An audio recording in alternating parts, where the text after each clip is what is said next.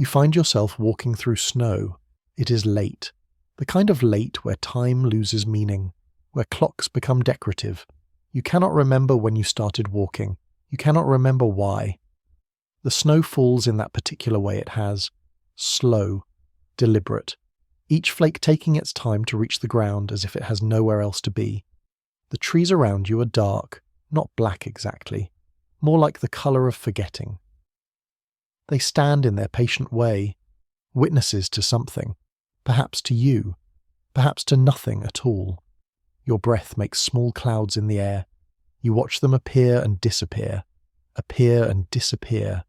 a rhythm, your body making visible proof that you exist, that you are still here, still walking, still breathing in this cold that wraps around everything like a blanket made of absence. The Wendigo is a story. That is what they say. That is what people tell each other when the nights grow long and the darkness seems to have opinions about things. It is just a story, just an old tale from the northern forests, from the places where winter decides to stay, where it sets up residence and refuses to leave no matter how many calendars insist that spring should arrive. But stories have weight. They carry something. You can feel it now, walking through this snow that seems to have no end, through this cold that has become less of a temperature and more of a presence. Stories accumulate in places like this. They settle into the spaces between trees. They frost over on branches. They become part of the landscape in ways that are difficult to explain but impossible to ignore. The legend speaks of hunger, not the ordinary kind. Not the kind that reminds you at noon that perhaps a sandwich would be nice.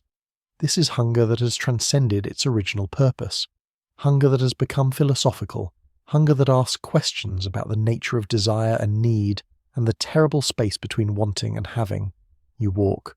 The snow continues its patient work of erasing your footprints. Behind you, the world disappears one step at a time. Ahead of you, the world appears reluctantly, revealing itself only when absolutely necessary.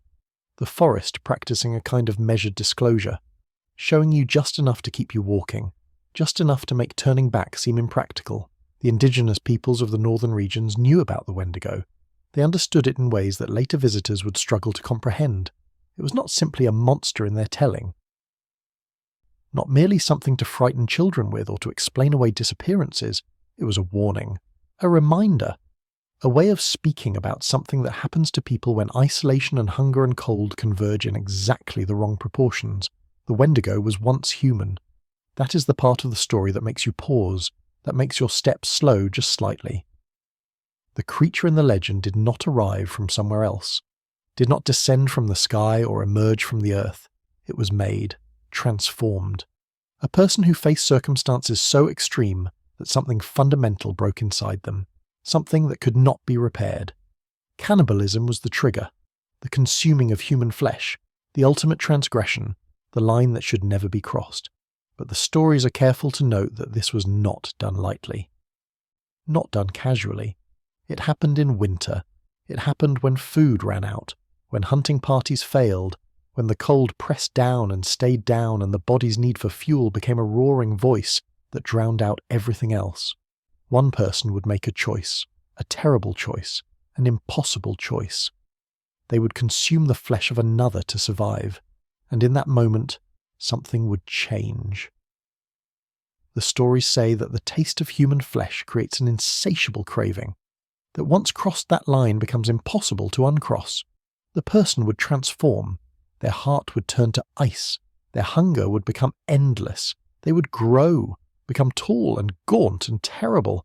Their skin would stretch tight over bones that kept lengthening, their eyes would sink back into their skull, their lips would be tattered, bloodied, as if they had been chewing on themselves. The transformation was not instant in some tellings. It crept, spread, started in the mind, perhaps. A change in thought patterns, an inability to think about anything except hunger, except the next meal, except the consuming that could never satisfy. Then the body would follow, adapting to this new purpose, this new state of being that was no longer quite human but not quite animal either. Something in between, something worse. You notice the cold has intensified, or perhaps you are simply noticing it more. It works its way through your clothes, through your skin, settles into your bones with the confidence of something that knows it is welcome. The air tastes like metal, like ice, like the absence of growing things. The Wendigo in the legends could run through the forest. Fast. Faster than should be possible for something so large. It moved between the trees with an ease that suggested the forest itself was complicit, that the woods had accepted this creature as part of their ecosystem, a predator among predators, but more than that, a consequence, a result of what happens when humans push against the limits of survival and lose. It is just the wind, you tell yourself, that sound in the distance, that cracking of branches. The wind does that, makes noise, creates the impression of movement where there is none. The forest is full of sounds, animals moving in the dark, snow falling from overladen branches, the trees themselves adjusting to the cold, contracting, making small sounds of protest. But the wind does not usually sound quite like that. Not quite so purposeful, not quite so rhythmic, like footsteps. Very large footsteps, covering ground at a pace that suggests either great urgency or terrible patience. It is hard to tell which would be worse. The Algonquian peoples spoke of the Wendigo with a particular kind of respect, the kind reserved for forces that cannot be reasoned with, cannot be appeased, can only be avoided. They understood that some things in the world exist beyond the reach of human influence, beyond the scope of human understanding. The Wendigo was one of these things, a reminder that nature has rules, and breaking those rules carries consequences that cannot be undone. There were precautions, ways to protect against the Wendigo, not defences exactly. The creature in the stories was too powerful for simple defence, too relentless. But there were methods, rituals, ways of acknowledging the danger and showing respect to the forces that governed the winter forest. Fire was important. Community was important. Staying together, not allowing anyone to wander off alone into the vastness where the creature was said to hunt. But here you are, alone, in the vastness, walking through snow that shows no signs of stopping. The irony is not lost on you. How you arrived at this point seems fuzzy now. The details have blurred. The sequence of events that led to this solitary journey through the winter night has become difficult to reconstruct. It seemed reasonable at the time. It always does. The Wendigo appears in different forms depending on who is telling the story. Sometimes it is described as a giant, 20 feet tall or more, a skeletal figure that towers over the trees. Other times it is closer to human size but distorted, elongated, wrong in proportions that the eye struggles to process. Some versions give it antlers, great branching antlers like a corrupted deer, a mixing of symbols, the deer as prey animal transformed into apex predator, the natural order inverted. Its skin is sometimes said to be grey, the colour of winter bark, of stone, of things that have stopped living but not yet fallen. Other stories describe it as translucent, as if the flesh has become ice itself, frozen from the inside out. You can supposedly see into the Wendigo, see the frozen heart that beats with a rhythm that is slower than it should be. Slower and colder and wrong. The eyes are always mentioned. Sunken, deep set, glowing sometimes, other times described as empty. As if the humanity that once looked out from those sockets has vacated the premises entirely. Left no forwarding address. The gaze of the Wendigo is said to paralyse, to pin you in place, not through any supernatural force necessarily, just through the sheer recognition of what you are seeing, the understanding that registers in some deep part of your brain that does not need language or logic, the part that knows predator when it sees it. You have stopped walking, not consciously. Your feet simply ceased their forward motion. You are standing in a small clearing. The trees form a rough circle around you. The snow here is undisturbed except for your own tracks leading in. Above you the sky is that particular shade of dark that happens during snowfall. Not black, not grey, something else. The clouds reflecting back the small light of the world below, creating a kind of dim visibility, enough to see shapes, not enough to see details. The stories about the Wendigo spread. Beyond the Algonquian peoples, beyond the northern forests, they travelled with fur traders, with missionaries, with anyone who spent time in those regions where winter ruled supreme. The legend adapted, changed, took on new characteristics as it moved through different cultures. But the core remained. The hunger, the transformation, the warning about what happens when humans face extremity without community, without the bonds that keep us tethered to our humanity.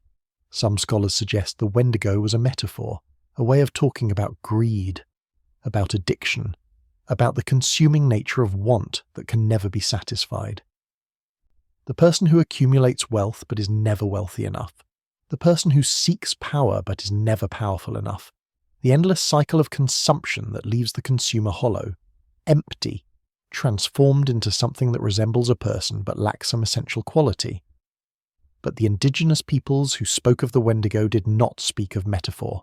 They spoke of reality, of something that existed in the world as surely as winter existed, as surely as hunger existed.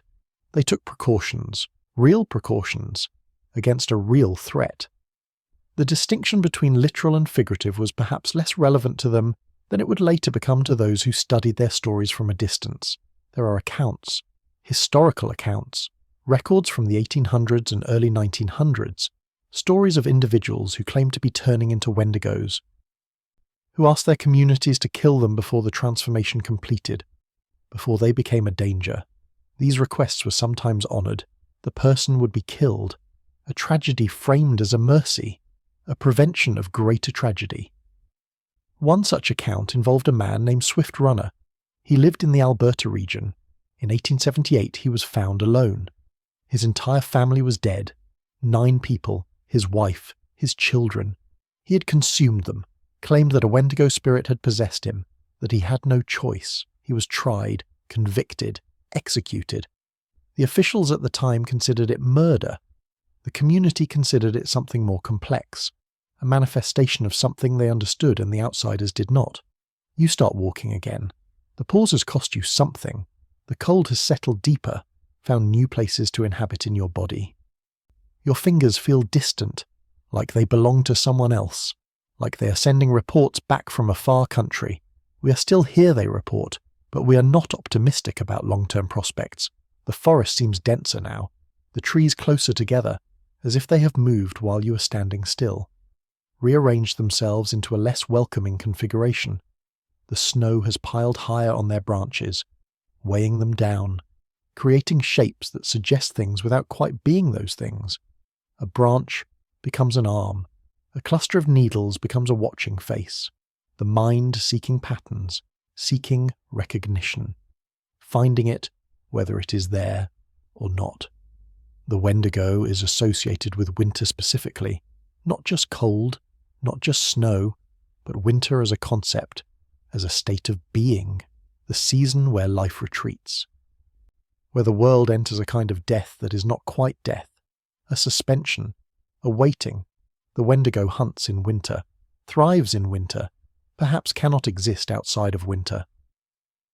Some versions of the story suggest that the creature hibernates in summer, returns to something closer to human. But when the first snow falls, the change begins again. The hunger returns, the hunting resumes. It makes a certain kind of sense. Winter was the dangerous time, the time when food was scarce and travel was difficult, and the night stretched long enough to contain entire lifetimes of darkness. The time when communities had to rely on their stores, their preparations, their ability to ration and share and maintain the bonds that kept everyone alive. A person who could not do this, who took more than their share, who put their own hunger above the survival of the group, that person was a threat. The Wendigo gave that threat a name, a shape, a story. You can hear water, somewhere ahead, moving water, a stream perhaps that has not yet frozen. The sound is incongruous in this landscape of silence and snow, a reminder that beneath the cold there is still motion, still flow, still something that refuses to stop despite the temperature's insistence. The Wendigo's hunger is the key element, the defining characteristic. The creature is always hungry, always hunting, always consuming, but never satisfied. The more it eats, the hungrier it becomes, the more it grows, its body stretching to accommodate the hunger, growing taller, more gaunt, more empty, until it is nothing but appetite with a form, desire without fulfillment, need without end.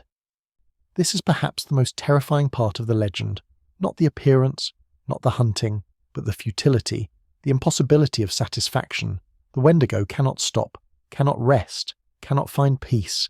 It is locked into a cycle that has no exit, a hunger that feeds on feeding, that grows stronger with every attempt to diminish it. It is a perfect trap, a punishment that contains its own perpetuation.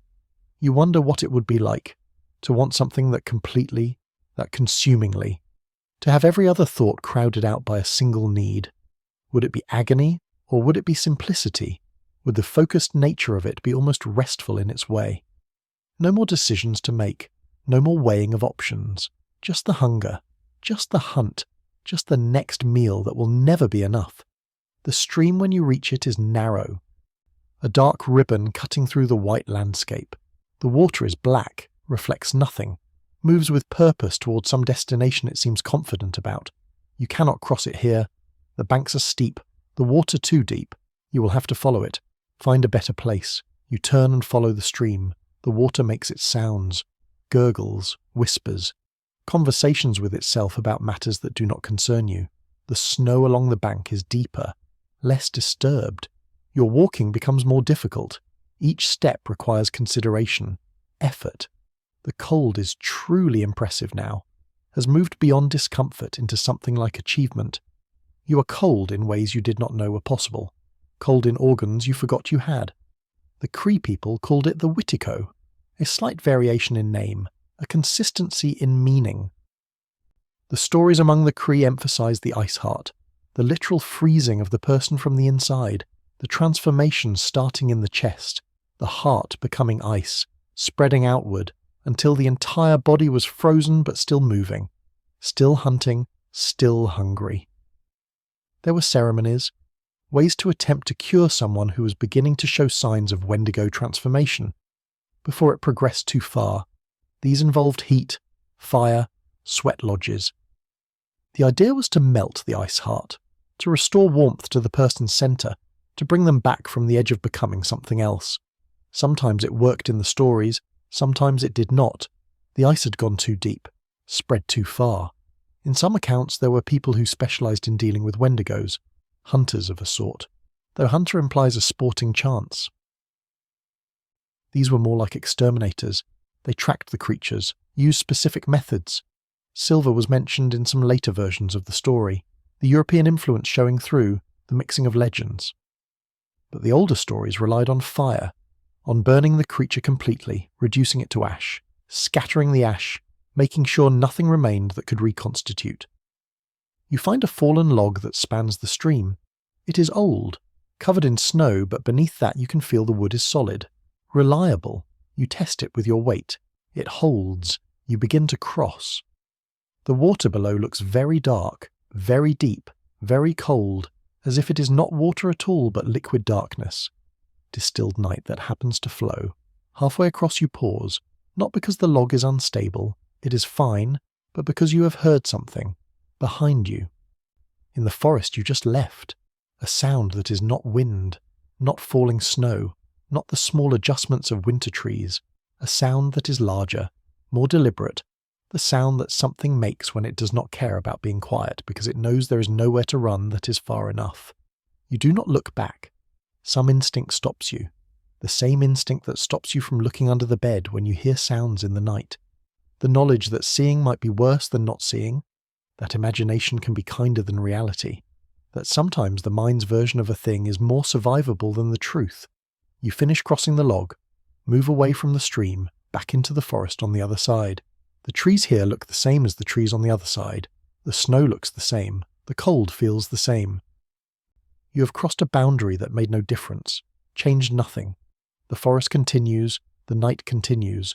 The snow continues its work of making everything uniform, everything white, everything erased. The stories talk about the Wendigo's speed, how it could run through the forest without leaving tracks, how it could be behind you and then ahead of you without any visible transition, how it seemed to exist in multiple places at once, or how it could move so fast that the human eye could not track its passage. It blurred, smeared across space, less a creature moving through the forest and more a force that manifested where it wanted to be. But some stories contradict this. Say the Wendigo stalked slowly, deliberately, that it followed its prey for hours, for days, watching, waiting, letting the fear build. feeding off the terror as much as off the flesh, that the hunt itself was as much the point as the consumption, the journey toward inevitable conclusion as satisfying as the conclusion itself. You realize you cannot remember when you last saw your breath. The air is still cold, your lungs still burn slightly with each inhalation, but the small clouds that were appearing and disappearing have stopped. The visible proof of your breathing has ceased. This bothers you more than it should, as if you have become less real, less substantial, as if you are fading into the landscape, becoming part of the snow and the night and the cold, becoming less person and more concept, an idea of walking, a memory of breathing. The Ojibwe told stories of the Wendigo, passed them down through generations, added details, refined warnings. The stories were not entertainment exactly, they were instruction. They were maps of danger. They showed what could happen if you wandered too far from the fire, if you let hunger make your decisions, if you forgot that you were part of something larger than yourself, that survival was a collective effort, that the individual who put themselves above the group threatened everyone. Western culture struggled with the Wendigo, did not quite know what to do with it, tried to rationalize it, explained it as misunderstood mental illness, as cultural metaphor, as cautionary tale about the dangers of the wilderness. All of these things were true, perhaps, but none of them were complete. The Wendigo resisted easy categorization, refused to fit neatly into boxes labelled folklore or psychology or history. The legend persisted, though. Spread into popular culture, appeared in books, in movies, in games, each version adding something, changing something. The creature evolved in the cultural imagination. Sometimes it had antlers, sometimes it did not, sometimes it was skeletal, sometimes it was more beast-like. The details varied, but the core remained. Hunger, transformation, the loss of humanity through consumption. You are climbing now. The ground has begun to slope upward. The trees are thinner here, smaller, as if the elevation has defeated them, as if they have given up trying to reach their full height and settled for stunted survival. The snow is deeper, reaches your knees. Each step is a negotiation, a small battle. Your body is protesting, sending messages of complaint. The cold has become personal. No longer a general condition, but a specific grievance against you in particular. Your legs are heavy. Your lungs work harder. The thin air at this elevation offers less than you need. You are aware of your heart, can feel it labouring, doing its job with increasing difficulty. But stopping does not seem like an option. You're not sure why. What keeps you moving forward? Some sense that stopping would be worse, that sitting down in the snow would be a decision you could not undo. The cold would win, would claim you, would transform you into a feature of the landscape, a shape under the snow that would not be found until spring. If spring comes, if spring is even real and not just a story people tell themselves, the Wendigo represents a fear, a very old fear, the fear of the other, but more specifically, the fear of becoming the other, of losing the thing that makes you you. The stories are not about a monster attacking from outside, they are about the monster from inside, the transformation that happens when circumstances push you past your limits. When hunger or cold or isolation strips away the civilized veneer and reveals something underneath that you did not know was there. This is why the stories have lasted, why they continue to resonate. Because the fear is real. The fear of what we might become if pushed hard enough, if isolated long enough, if hungry enough. The comfortable person sitting in a warm room with a full stomach likes to think they would never cross certain lines, would never do certain things. But the Wendigo story whispers that everyone has a breaking point, that the person who has not met their limit simply has not been tested hard enough yet. You reach the top of the rise, stand there catching your breath. Behind you the forest spreads dark and vast. Ahead the ground descends into shadow. You cannot see far in any direction. The snow has intensified, comes at you sideways now, driven by wind that has found its voice. The flakes sting your face, force you to squint, to turn your head. The cold is extraordinary, has achieved a kind of perfection. It is no longer possible to be more cold. You have reached peak cold, maximum cold. The cold has won. You acknowledge its victory, concede the match. But somehow you are still standing, still breathing, still holding some core of warmth, buried deep where the cold has not yet reached, where something still burns, still insists on continuing. The Wendigo in modern retelling sometimes becomes sympathetic, tragic. A victim of circumstance rather than a villain. This softening happens to many monsters as they age. The edges blur, the terror becomes tinged with pity. The creature is lonely, is suffering, is trapped in a curse it did not choose. This makes for compelling stories, for nuanced narratives. But it misses something essential about the original legend. The Wendigo was not meant to be sympathized with. It was meant to be feared, avoided, destroyed if encountered. Because it represented a line that could not be uncrossed, an action that could not be undone. The person who became a Wendigo could not be saved, could not be redeemed. They were gone. What remained was something else, something that wore the shape of a person but lacked the essential humanity. The stories were clear about this. There was no going back, no cure, no reversal. Only destruction. This hardness served a purpose. It meant the lesson was clear. Do not cross this line. Do not even approach this line. The consequences are absolute.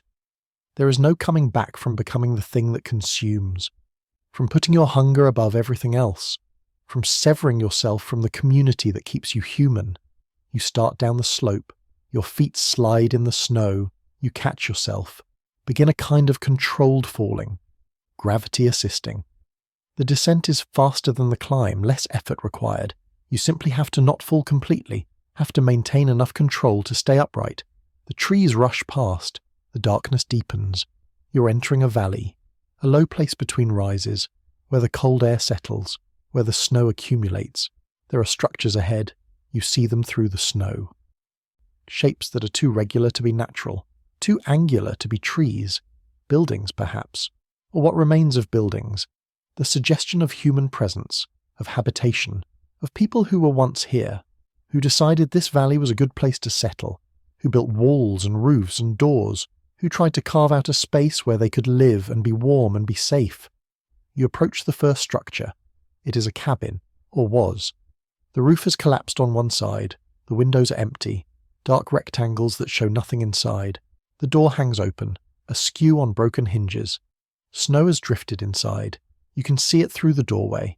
The interior has become exterior, the boundary between inside and outside erased. You do not enter. Some sense warns you against it. The shelter is illusory. The walls are failing. The roof could complete its collapse at any moment, and there is something else, a feeling, an intuition, that the cabin is occupied in some way that has nothing to do with physical presence, that it contains something, holds something, some remnant of whatever happened here. There are more cabins, a small settlement, maybe 8 or 10 structures in various states of decay. They form a rough circle around what might have been a common area, a place where people gathered, shared meals, told stories, made decisions, lived their lives in proximity to each other, found safety in numbers, but the numbers did not save them. Whatever happened here ended the settlement. The people left or died. The structures were abandoned. Nature began its work of reclaiming the space, snow and ice and wind patiently dismantling what humans built.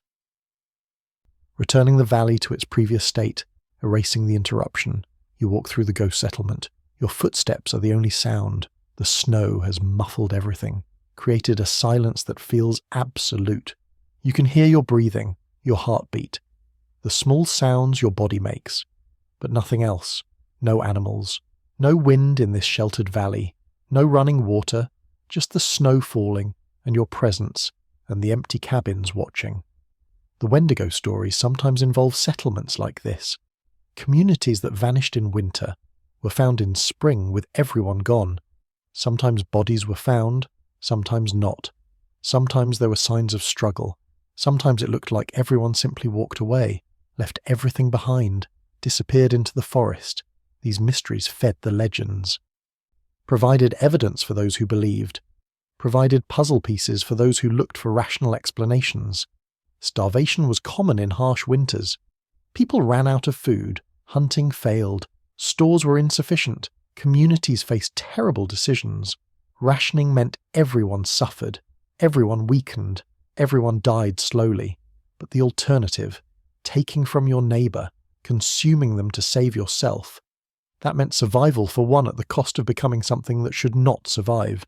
Some historians believe the Wendigo stories served as a strong taboo against cannibalism, made the consequences of that choice so terrible that people would choose death instead, would let themselves starve rather than cross that line. The story provided a framework, made the choice clear: death with humanity intact or survival as a monster. When framed that way, the decision became less complicated, but in the moment, with the hunger consuming your thoughts, with your body eating itself from the inside, with days stretching into weeks, stretching into months of slow starvation, with the cold and the dark and the absolute certainty that help is not coming, that rescue is not possible, that you will die here. In the moment, the decision becomes less philosophical, more immediate, more desperate. You find a cabin that is more intact than the others. The roof is still whole, the door is missing but the frame is solid, the windows are broken but the walls stand straight. Inside, the snow has not penetrated as deeply. There is a fireplace, a table, a chair lying on its side, possessions left behind, a kettle, a pan, some tools, evidence of ordinary life interrupted.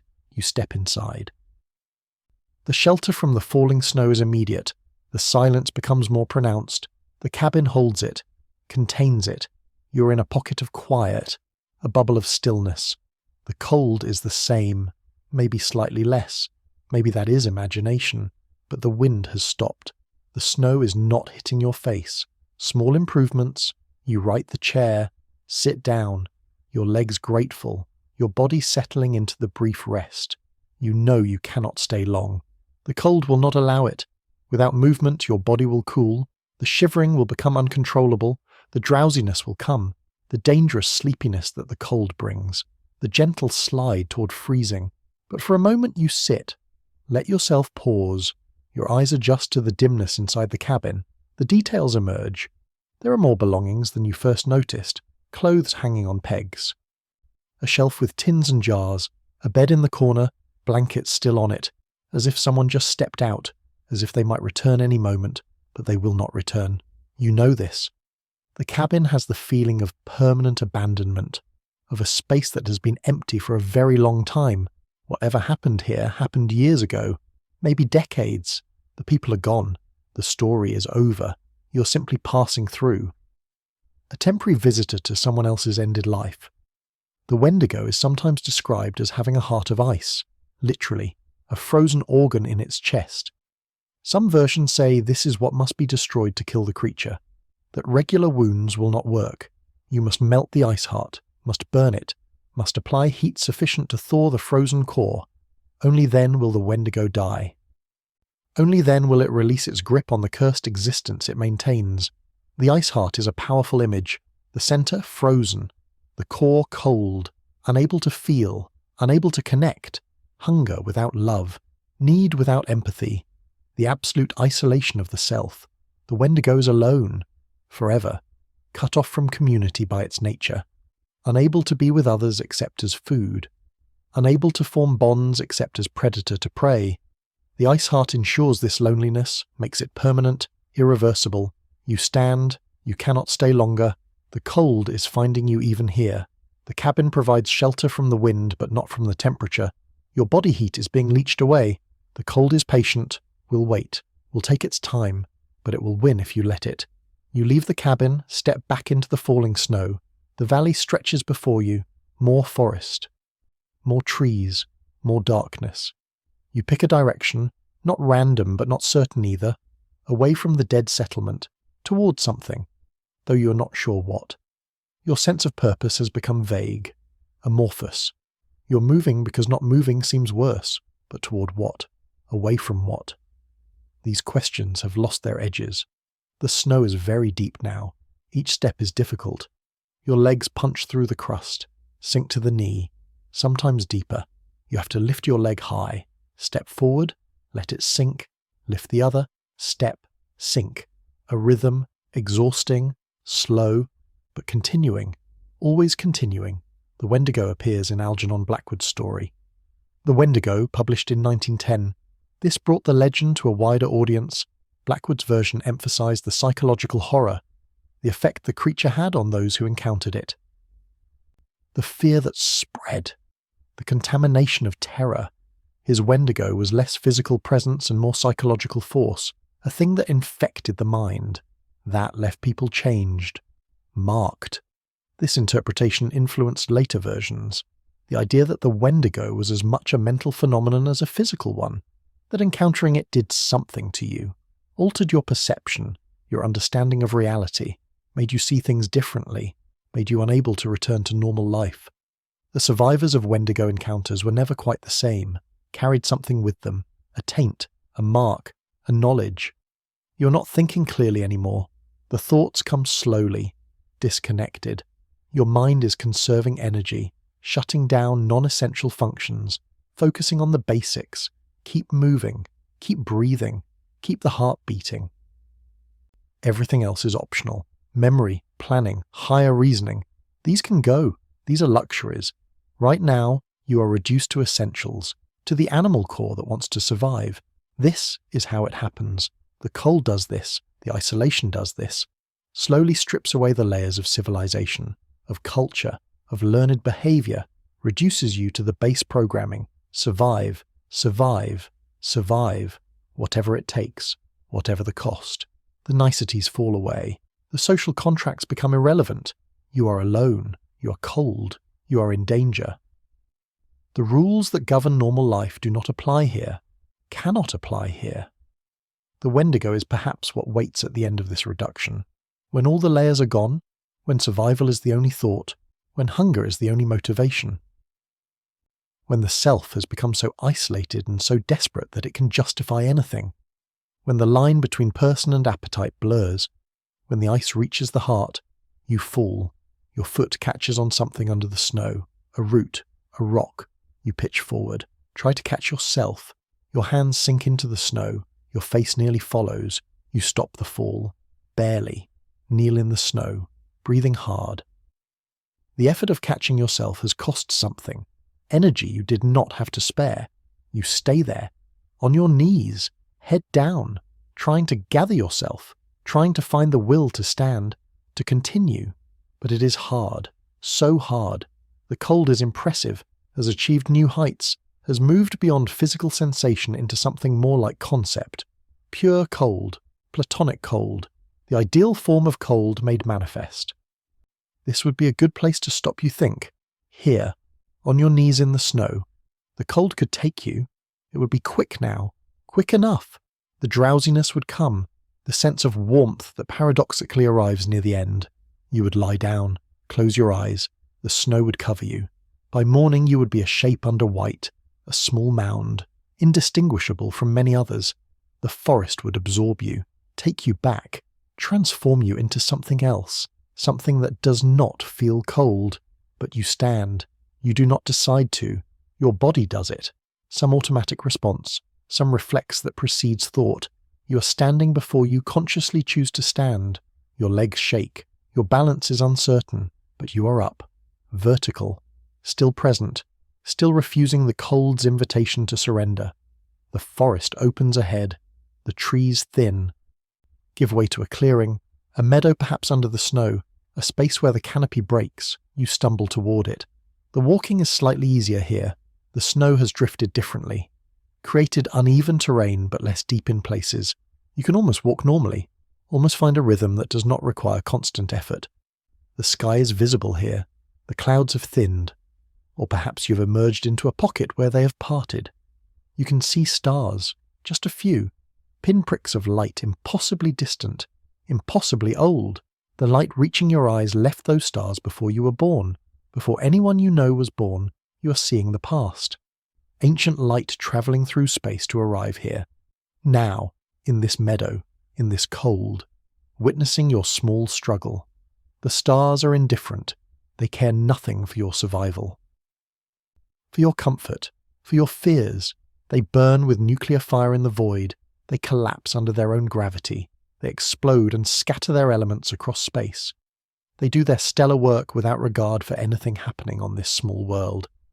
Your existence does not register, does not matter, does not change anything about their slow dance through the cosmos. This should be depressing, but somehow it is not. The scale is too vast, too incomprehensible. It wraps around from horrifying to comforting. Your problems are so small, your cold is so local, your fear is so specific. Against the backdrop of stellar immensity, your situation becomes almost quaint. A minor drama, a small difficulty, one tiny consciousness experiencing temporary discomfort on a spinning rock. The universe is too large to worry about. Better to focus on the next step, the next breath, the immediate and manageable. You cross the meadow, the stars watch, the cold continues, your feet find their way.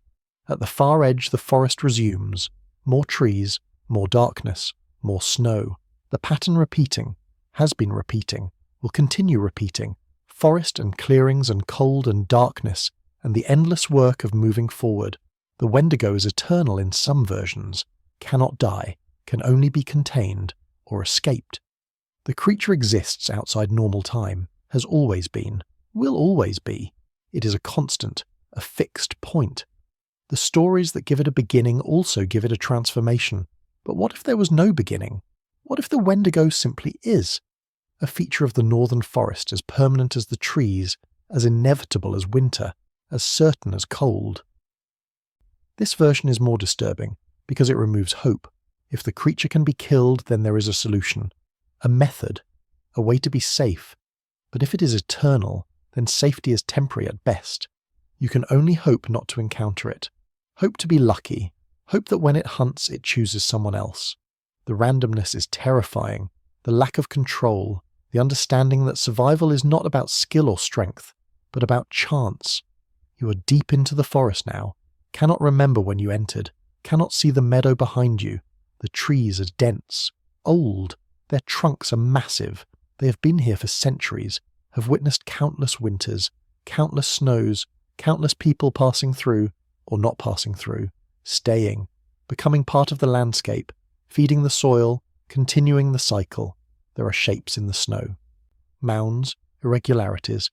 You notice them as you pass. Some are probably fallen logs, covered by snow, rounded by accumulation, but some might be other things, larger things, things that fell and did not get up, things that decided to stop, or had the decision made for them. You do not investigate, you keep moving, keep your eyes forward. The shapes are not your concern. Whatever they are behind you, and you are going forward. Must go forward, cannot stop, cannot look back, cannot let your thoughts linger on what might be resting under the snow, waiting for spring, or waiting forever. The Wendigo in some tales can possess people, the spirit entering the body, taking control, using the person as a vehicle. The possessed individual would begin to change, act differently, their appetite would increase. Their behavior would become erratic, they would speak of hunger, of cold, of needs that could not be met. The community would notice, would recognize the signs, would act. The possessed person sometimes begged to be killed, understood what was happening, felt the change occurring, knew that they were losing control, that something else was taking over. They would ask for death while they still had enough self remaining to ask, while they still cared about protecting others, while they still held enough humanity to understand that what they were becoming was dangerous. This must have been terrible, to feel yourself slipping away, to watch your own transformation from inside, unable to stop it, unable to resist, just aware enough to know you are becoming something you do not want to be, something that will hurt others, something that cannot be allowed to exist, trapped in your own body as it becomes a prison, as it becomes a weapon, as it becomes a vessel for endless hunger. You stop walking. You're not sure why. Your feet simply stopped. You stand in the forest, snow falling, trees surrounding, darkness above and around. You wait. For what? You do not know. A sound, perhaps. A sign. Some indication of what to do next. Where to go. Why to continue. But nothing comes. The forest is silent. The snow falls. The cold presses. Nothing changes. No revelation arrives. No answer presents itself. You are simply standing, being, existing in this moment in this place with no particular purpose or direction. A consciousness in a body in a forest in the night. That is all. That is everything. The Wendigo is a spirit of lonely places. This is consistent across versions. The creature belongs to isolation. to the spaces where people are sparse, where communities are small, where the distance between one dwelling and another is measured in miles or days. The Wendigo does not haunt cities, does not appear in crowded places. It needs the vast emptiness, the stretches of wilderness where a person can wander for days without seeing another human, where the cold and the dark and the silence are absolute. This makes sense. The transformation requires isolation, requires separation from community. A person surrounded by others cannot become a Wendigo. The bonds of society prevent it. The eyes of neighbours prevent it. The shared meals prevent it. The conversations prevent it. The humanity is reinforced constantly by contact with other humans, by participation in collective life, by being seen and seeing others, but alone, in the wilderness, with no one watching, no one to maintain the performance of civilization for, no one to remind you who you are, what you are. The boundaries blur. The self becomes negotiable. The rules become suggestions. The person becomes less solid, more vulnerable to transformation, more susceptible to the hunger, more likely to cross lines that should not be crossed. You start walking again, not because you have decided anything, not because you have found purpose or direction, simply because standing still is not sustainable. The cold will not allow it. Your body will not allow it. Motion is necessary. Motion creates heat. Motion is life. Standing still is the beginning of stopping permanently. The trees seem familiar now, not specific trees, but the pattern of them, the way they stand. The spaces between them. You have been walking for so long that the forest has become normalized, expected. The trees are no longer individual entities, but a collective, a mass. The forest is a singular thing rather than collection of trees. One organism, one presence, one vast living system that you are moving through like blood through veins. The Wendigo is sometimes said to be able to mimic voices, call out in the sounds of loved ones, draw people away from safety. A hunter would hear his wife calling, would leave the fire to investigate, would walk into the forest, would not return. The next morning his companions would find tracks, would find signs of struggle, would find nothing else. The voice was a lure. The Wendigo using the tools of connection to exploit the bonds that normally kept people safe. This ability is particularly cruel, because it weaponizes love, uses care as bait. The person who responds to the voice is responding to a good impulse, the desire to help, the concern for someone important to them. They are being good humans, acting on their better nature, and that is what kills them. The Wendigo understands this, exploits this, uses humanity against humans. It suggests an intelligence, not animal cunning, but something more, something that understands human psychology, human relationships, human weaknesses. The Wendigo in these stories is not a mindless eater, not a simple predator. It thinks, plans, uses strategy.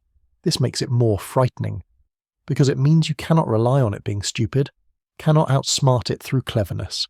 It is at least as smart as you, probably smarter. Has the advantage of not being limited by empathy or conscience or fear. You hear something behind you in the forest, a sound that is not snow falling, not branches creaking, not wind, something else, something larger, moving with purpose, moving in your direction. The sound is rhythmic, regular, like footsteps, very large footsteps, coming closer. You do not run. Running would be pointless. You're exhausted. The snow is too deep. You would not get far, and something in you knows that running would trigger a chase response, that the thing behind you is waiting to see what you will do, that your reaction will determine its action. Running would mark you as prey, would confirm the relationship, would begin the hunt in earnest. So you walk, continue your pace, do not increase speed, do not look back. Maintain the illusion that you have not heard, that you are unaware, that you are simply passing through. Not interesting, not prey, just another element of the forest, moving from here to there, minding your own business. No threat, no challenge, nothing worth pursuing. The sound continues, keeps pace, neither closing the distance nor falling back, matching your speed, following, tracking, waiting. The presence behind you is palpable. You can feel it. The attention, the focus, the consideration. Something is deciding, weighing options, determining whether you're worth the effort, whether you would satisfy, whether you are the right prey for this particular moment. The Wendigo is patient. The stories agree on this. The creature does not rush, does not hurry, has all the time in the world, can follow for hours, for days. Wear down its prey through exhaustion and fear. Let them make mistakes. Let them panic. Let them run until they cannot run anymore. Then take them when they are helpless, when they have used all their energy, when they have nothing left. You understand now why the stories emphasize community, why they stress staying together, staying near the fire, not wandering off alone. Because alone you are vulnerable. Alone you are prey. Alone there is no help, no rescue, no one to notice you're missing until it is too late. The community is protection, not physical protection necessarily, but psychological. The knowledge that you are missed, that someone will come looking, that you matter to others. This knowledge keeps you human, keeps you tethered, keeps you from transforming, but you are alone, have been alone for so long now. Cannot remember when you were last with others, cannot remember faces clearly, voices have become vague. You might have been alone always, might have emerged from the snow fully formed and solitary, might have no history of connection, no memory of belonging, just this walk, this cold, this darkness, this presence behind you. The trees open ahead, another clearing, smaller than the last. You emerge into open space. The snow here is pristine, unmarked, a perfect white expanse, untouched. You leave the first footprints, mar the perfection with your passing. Behind you the sound has stopped. The forest has gone silent, too silent. The absence of sound is louder than sound, more noticeable, more ominous. You stop in the centre of the clearing, turn slowly, look back at the tree line. The darkness between the trunks is absolute, impenetrable. Could contain anything, could contain nothing. There is no way to tell. The shadows give nothing away, keep their secrets, hold their occupants close. You stand, wait, see what happens. Nothing happens. The forest remains still. The snow continues falling. The cold continues its work. But the presence, the following thing, has paused, or withdrawn, or is simply waiting, playing a longer game than you understand, operating on timescales that make your urgency irrelevant, your fear amusing, your struggle entertaining. The Wendigo takes its time. You turn back, continue across the clearing, toward the trees on the far side, away from whatever might be behind, toward whatever might be ahead. The mathematics of fear, always moving away from one thing toward another, never knowing which is worse. Never knowing if you are improving your situation or walking into something more dangerous, just moving. Because movement is what you have, is what you can do, is better than standing still. You reach the trees, enter the forest again. The darkness swallows you.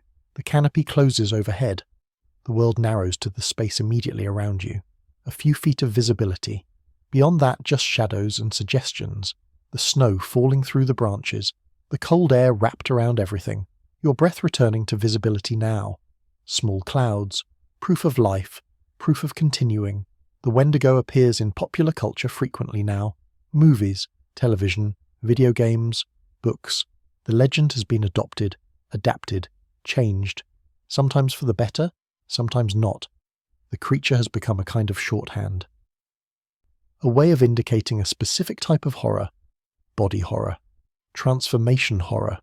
The horror of losing yourself, of becoming something you fear, something you hate, something that cannot be reasoned with. But most of these versions miss something. They focus on the monster, on making it frightening, on giving it scary abilities and frightening appearance, on creating jump scares and violent encounters. But the original legend was not really about the monster. It was about the people, about what happens to communities under stress, about how humans respond to extremity, about the lines we draw and the circumstances that make us consider crossing them. The Wendigo was always a mirror, showing people what they could become, what they might do, what lurks in the potential of every person who has never been tested hard enough. The stories were not about a creature out there in the forest. They were about the creature that might emerge from inside, from you. If you were pushed far enough, if you were isolated long enough, if you were hungry enough, this is why the stories persist. Because the fear is real. the fear of our own capacity for inhumanity, the fear of what we might do to survive, the fear that the civilized self is a thin layer, easily scratched away, revealing something older underneath, something less moral, something that operates on simpler principles. Eat, survive, take what you need, regardless of cost. You are very tired now. The exhaustion is comprehensive, mental, physical, spiritual. Every part of you wants to stop, wants to rest, wants to surrender to the cold and the dark and the endless snow. Your legs move automatically. Without conscious direction, your body continuing the pattern while your mind drifts, floats, detaches slightly from the immediate situation. You think about warmth. Try to remember what it felt like, the sensation of being warm, of being comfortable, of not being cold. It seems like a fantasy now, like something you dreamed, a pleasant hallucination. Warmth is not real, has never been real. There is only cold, different degrees of cold perhaps, but nothing that could honestly be called warmth. That concept belongs to another world, another life, another you. The Wendigo is sometimes associated with madness. The creature drives people insane. Its presence corrupts the mind. Those who encounter it and survive are changed. They speak in riddles, see things that are not there, cannot sleep, cannot eat, cannot return to normal life. The encounter has broken something in them, some essential mechanism. They are functional, but not whole, alive, but not living, present, but absent. This psychological dimension is important because it suggests that the real danger is not being killed, not being eaten, but being transformed, being changed by the encounter, coming away different. The physical threat is obvious, but the mental threat is more insidious, more lasting. You can heal from physical wounds, but the mind, the self, once those are altered, they are altered permanently. There is no returning to before, to innocent, to safe. You wonder if you are mad, if this entire walk is hallucination, if you are lying somewhere warm, somewhere safe, and this is a dream, a very long dream, a very cold dream, but a dream nonetheless. When you wake, you will be confused for a moment, then relieved, then grateful. Then you will laugh at how real it seemed, how convinced you were, how the mind can create entire experiences from nothing. But you're not sure you believe this. The cold is too specific, too detailed, too consistent. Dreams have a fluidity, a changeability. Things morph and shift. Logic is flexible. But this has the solidity of reality, the stubbornness of actual experience, the grinding difficulty of real difficulty. This is not a dream. This is happening. You are here, you are cold, you are walking, you are being followed perhaps. This is all real. Or you are mad and cannot tell the difference anymore. The forest opens slightly. The trees become less dense. There is more space between them, more room to move. The walking is easier. You can see farther. The darkness seems slightly less absolute. Some small change in the quality of the night. A hint of something. Dawn, perhaps. Though dawn seems impossible. The night has been too long, has exceeded its allotted time, has become permanent, but there it is. A lightening of the eastern sky, barely noticeable. The faintest shift from black to very dark blue. The suggestion that somewhere beyond the clouds the sun exists. That it is doing its work of rising. That it will attempt once again to bring light to the world. That day will come despite the night's best efforts to prevent it. The thought should be encouraging. But you feel nothing. The exhaustion has moved beyond physical into something more concerning. An emotional flatness, an inability to care. The dawn is coming. So what? You are cold, you are tired, you are alone. The sun will rise, you will still be all those things. Nothing will change fundamentally. The light will reveal what the darkness has been hiding. Probably you do not want to see. Probably the darkness is a mercy. Probably the night has been kind to conceal what the day will expose. You keep walking anyway. What else is there? Stopping is not an option. Sitting is death. Lying down is surrender. You walk because walking is what you do, what you have been doing, what you will continue doing until you cannot, until your legs refuse, until your body makes the decision your mind cannot, until the cold wins completely, and you become another shape under the snow, another mystery for someone to find and wonder about. The Wendigo is a story about hunger, but not just physical hunger, emotional hunger, spiritual hunger, the hunger for connection, for meaning, for purpose, the hunger to matter. To be seen, to be known. The Wendigo is eternally hungry because it has cut itself off from the things that truly satisfy, has severed the connections that make life bearable, has transformed into something that can only consume, that can never be filled, that can never rest. This is the real horror, not the monster, not the violence, not even the transformation, but the loneliness, the eternal isolation. The fact that the Wendigo can never be satisfied, because what it hungers for cannot be eaten, cannot be taken, can only be given, and the Wendigo is beyond receiving gifts, beyond relationship, beyond anything that might soothe the ache at its frozen heart. It is trapped, forever, in a state of need that can never be met, an existence that is pure suffering, pure want, pure absence. Maybe the stories are mercy. Warning people away from that fate, showing what happens when you put yourself above all else, when you prioritize your own survival over connection, when you choose to consume rather than to share. The Wendigo is what you become when you choose wrong, when you break the social contract, when you decide that your needs matter more than anyone else's. The monster is not the punishment. The monster is the consequence, the logical endpoint, the inevitable result. The light is growing, slowly, very slowly, but definitely. The world is becoming visible, details emerging. You can see the trees more clearly now, can distinguish individual branches, can note the way the snow clings to bark, can observe the tracks of small animals, the marks of their passing in the night, evidence that others are here, that life continues. That the forest is not empty. You look back, behind you, into the forest you have been walking through. The trees stand in their patient way. The snow lies undisturbed except for your footprints, a single line of tracks stretching back, disappearing into the distance, into the darkness that is slowly lifting. No other tracks, no marks of anything following, no signs of pursuit. The forest is empty, has been empty.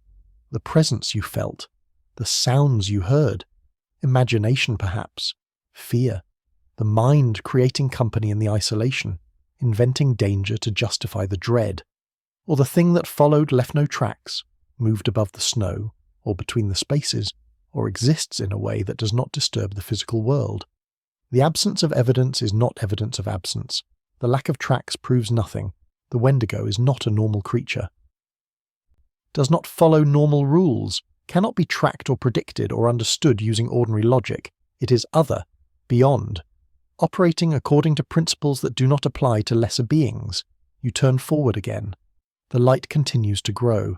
The sky is definitely lighter. The clouds are visible now, grey, heavy, pregnant with more snow. But the darkness is retreating. The day is coming. You have survived the night, have walked through it, have emerged, still cold, still tired, still alone, but alive, still moving, still continuing. The night did not take you. The cold did not stop you. Whatever followed did not catch you. This should feel like victory, but it feels like postponement. The night will return. The cold will persist. The forest will still be here. Nothing has been solved. Nothing has ended. You have simply moved from one moment to the next, from darkness to slightly less darkness, from one stretch of difficult walking to another. The challenges continue. The struggle persists. There is no finish line, no endpoint, just the ongoing work of continuing. The Wendigo appears in winter, disappears in summer. The cycle continues, season after season, year after year, century after century. The creature is as much a part of the northern landscape as the snow itself, as inevitable, as regular. When the first flakes fall, the Wendigo wakes. When the last snow melts, the Wendigo sleeps, waiting, patient, knowing that winter will return, that the cold will come again, that the hunger will be fed, that the hunt will resume. The people who lived in Wendigo territory understood this, made their peace with it. incorporated it into their lives, into their caution, into their planning. They did not let it paralyze them, did not let the fear prevent them from living, but they respected it, honored it, took the precautions seriously, stayed together, maintained community, shared resources, looked after each other, not just because it was good, not just because it was right, but because it was survival, because the alternative was transformation, was becoming the thing they feared. You see a structure ahead, through the trees, in the growing light, a building, larger than the cabins in the abandoned settlement, more substantial, still standing, still intact. Smoke rises from the chimney, thin, grey, real smoke, evidence of fire, of warmth, of occupation, of people. You stop walking, stand and stare, unsure. Is this real? Is this another hallucination, another trick of exhaustion and cold? Or is this actual shelter, actual warmth, actual salvation? The smoke continues to rise, steady, consistent. Real smoke behaves like that, has physics, has substance. This is not imagined, this is actual. There is a building, there is fire, there are people. You start walking again, faster now, energy found from somewhere. The body responding to hope, to the possibility of relief. Your legs move with renewed purpose. The exhaustion is still there, the cold is still there, but they matter less, are pushed aside by the prospect of warmth, of safety, of rest, of ending this walk that has stretched through the night, through the cold, through the fear. You emerge from the trees. The building is a lodge, substantial, well-maintained, lights in the windows, the smoke from the chimney, a path cleared through the snow, leading to the door, signs of human activity, of care, of habitation. You walk toward it, your footsteps loud in the morning quiet, crunching through snow, each step bringing you closer, to warmth, to people, to safety. You reach the door, raise your hand, knock. The sound is solid, real, your knuckles against wood. You wait. Hear movement inside, footsteps approaching. The door opens. A person stands there, middle-aged, warm clothes, concerned expression. They take in your appearance, your condition, the cold that clings to you, the exhaustion written on your face. Come in, they say. You look frozen. You step inside. The warmth hits you immediately, almost painful after so long in the cold. The air is heated. There is a fire in the large stone fireplace. The room is lit. Cozy. There are other people. They turn to look, to see the newcomer, the person who emerged from the forest, from the night, from the cold. Sit, the person says, guides you to a chair near the fire. Warm up. We'll get you something hot to drink. You sit. The chair is soft. The fire is bright. The warmth begins to seep into you, to reach the cold places, to thaw what has been frozen. Your body starts to shake. Violent shaking. The shivering you have been suppressing all night. Now safe, now warm. The body allowing the reaction, the release of tension, the acknowledgement of what you have survived. Someone brings you a cup, hot liquid, tea perhaps. You wrap your hands around it. Feel the heat. Sip carefully. The warmth travels down, into your center, spreading. You close your eyes. Let yourself sink into the chair, into the warmth, into the safety. The night is over. The walk is ended. You're here. You're warm. You're safe. You're lucky, the person says. Sits nearby. Not many survive a night out there, especially alone. You nod. Cannot speak yet. Your throat is tight. Whether from cold or emotion you're not sure. You sip more tea. Let the warmth continue its work. The shaking begins to subside. The feeling returns to your extremities, your toes, your fingers. Painful, but welcome. Pain means not frozen. Pain means recovery. Pain means alive. What were you doing out there, they ask. Gentle, not accusatory, just curious. It's not safe to wander alone, especially in winter. You try to remember how you got there, why you were walking, what you were doing in the forest alone at night in the cold, but the details are vague, fuzzy. The exhaustion has taken the memories, or they were never clear to begin with. You have a sense of purpose, of going towards something, or away from something, but the specifics are gone, erased by the night, by the cold, by the fear.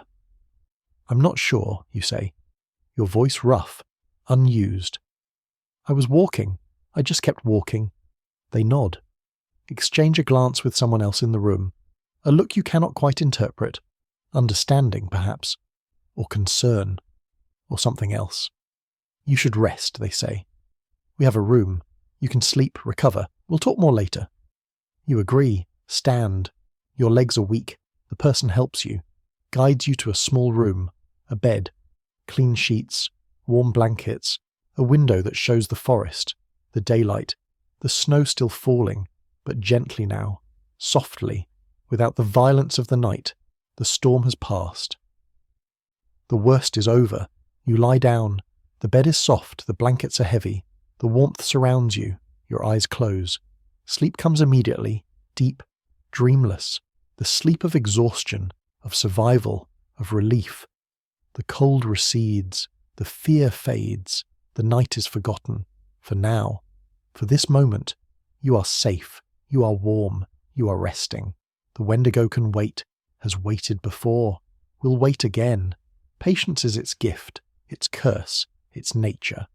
The creature does not hurry, does not rush, has learned that prey comes eventually, that everyone wanders, that everyone is alone sometimes, that everyone faces their moment in the cold, in the dark, in the hunger. You sleep through the day, through the afternoon, into the evening. When you wake, the room is dark, the window shows night, the forest is black, the snow continues. You lie there, disoriented. Unsure where you are, what happened, how you arrived here. Then memory returns. Pieces, the walk, the cold, the night, the arrival, the warmth, the safety. You sit up. Your body aches, muscles sore from the walking, from the cold, but you are rested. The sleep has helped. You're no longer on the edge of collapse, no longer barely functioning. You are recovered. Mostly. Your strength has returned. Enough of it. You can move, can think clearly, can function. You stand, walk to the door, open it. The lodge is quiet, dim. A fire burns low in the fireplace.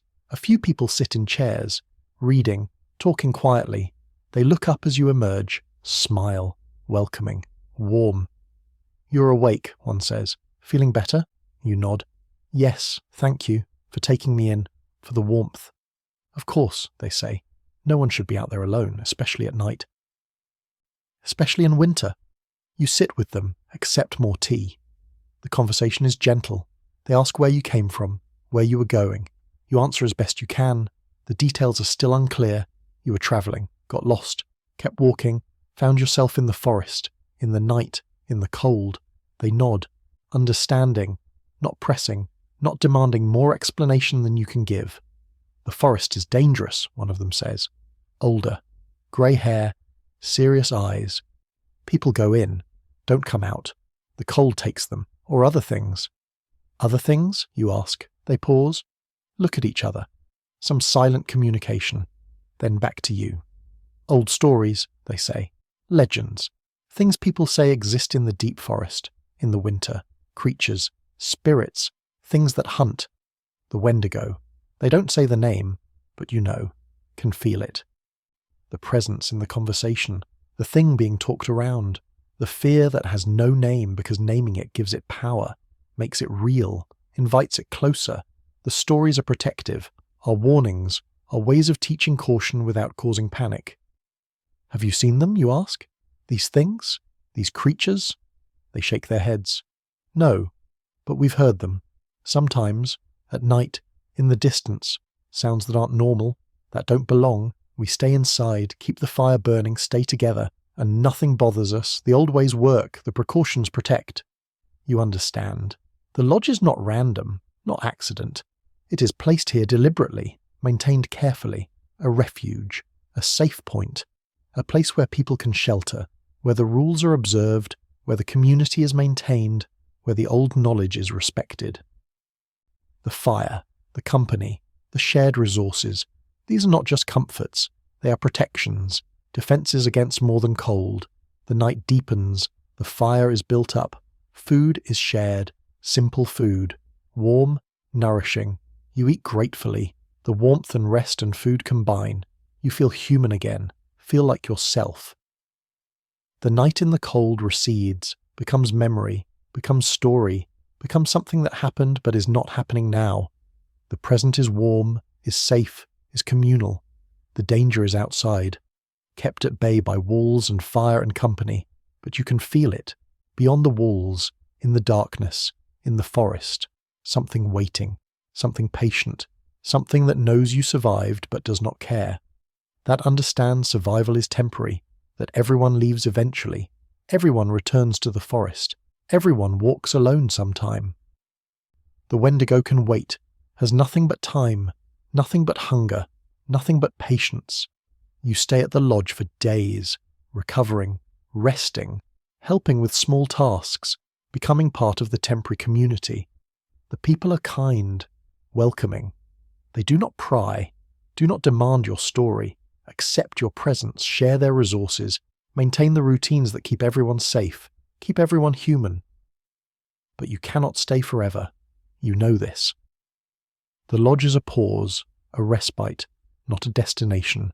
You have somewhere to be, somewhere to go. The details are still unclear, but the sense is strong. You must continue, must leave, must return to the walking, the journey that was interrupted by the night, by the cold, by the near miss with something worse than cold. On the fourth day you prepare to leave. The people understand, do not try to stop you. But they are concerned. Wait until spring, they say. The winter is not over. The forest is still dangerous. Stay where it's safe, where there's warmth. But you cannot. The pull is too strong. The need to continue, to finish, to arrive wherever you're going. The lodge was never meant to be the end. Just a pause, a breath, a moment of recovery. Now you are recovered. Now you must go. They give you supplies, good supplies, warm clothes, food, a better coat, gloves, a hat, things to help you survive the cold, things to protect you. They also give advice. Stay in the open when possible. Keep the fire burning at night. Do not wander from the path. Do not follow strange sounds. Do not go toward voices in the dark. The old advice, the cautionary tales, the lessons learned over generations, over centuries, over countless encounters with things that hunt in winter. You thank them. Mean it deeply. They saved you, took you in, gave you warmth and rest and recovery, gave you another chance. Without them you would have frozen, would have become another shape under snow, another mystery, another story to warn others. They smile, hug you, wish you well, make you promise to be careful, to stay safe, to survive. You leave in the morning, early. The sun is just rising. The lodge door closes behind you. The warmth stays inside. The cold claims you immediately. But it is bearable. The new clothes help. The food in your pack helps. The rest has helped. You are not walking into the night exhausted and freezing. You are walking into day, prepared, equipped, ready. Or as ready as anyone can be. The forest receives you. The trees stand in their eternal patience. The snow continues.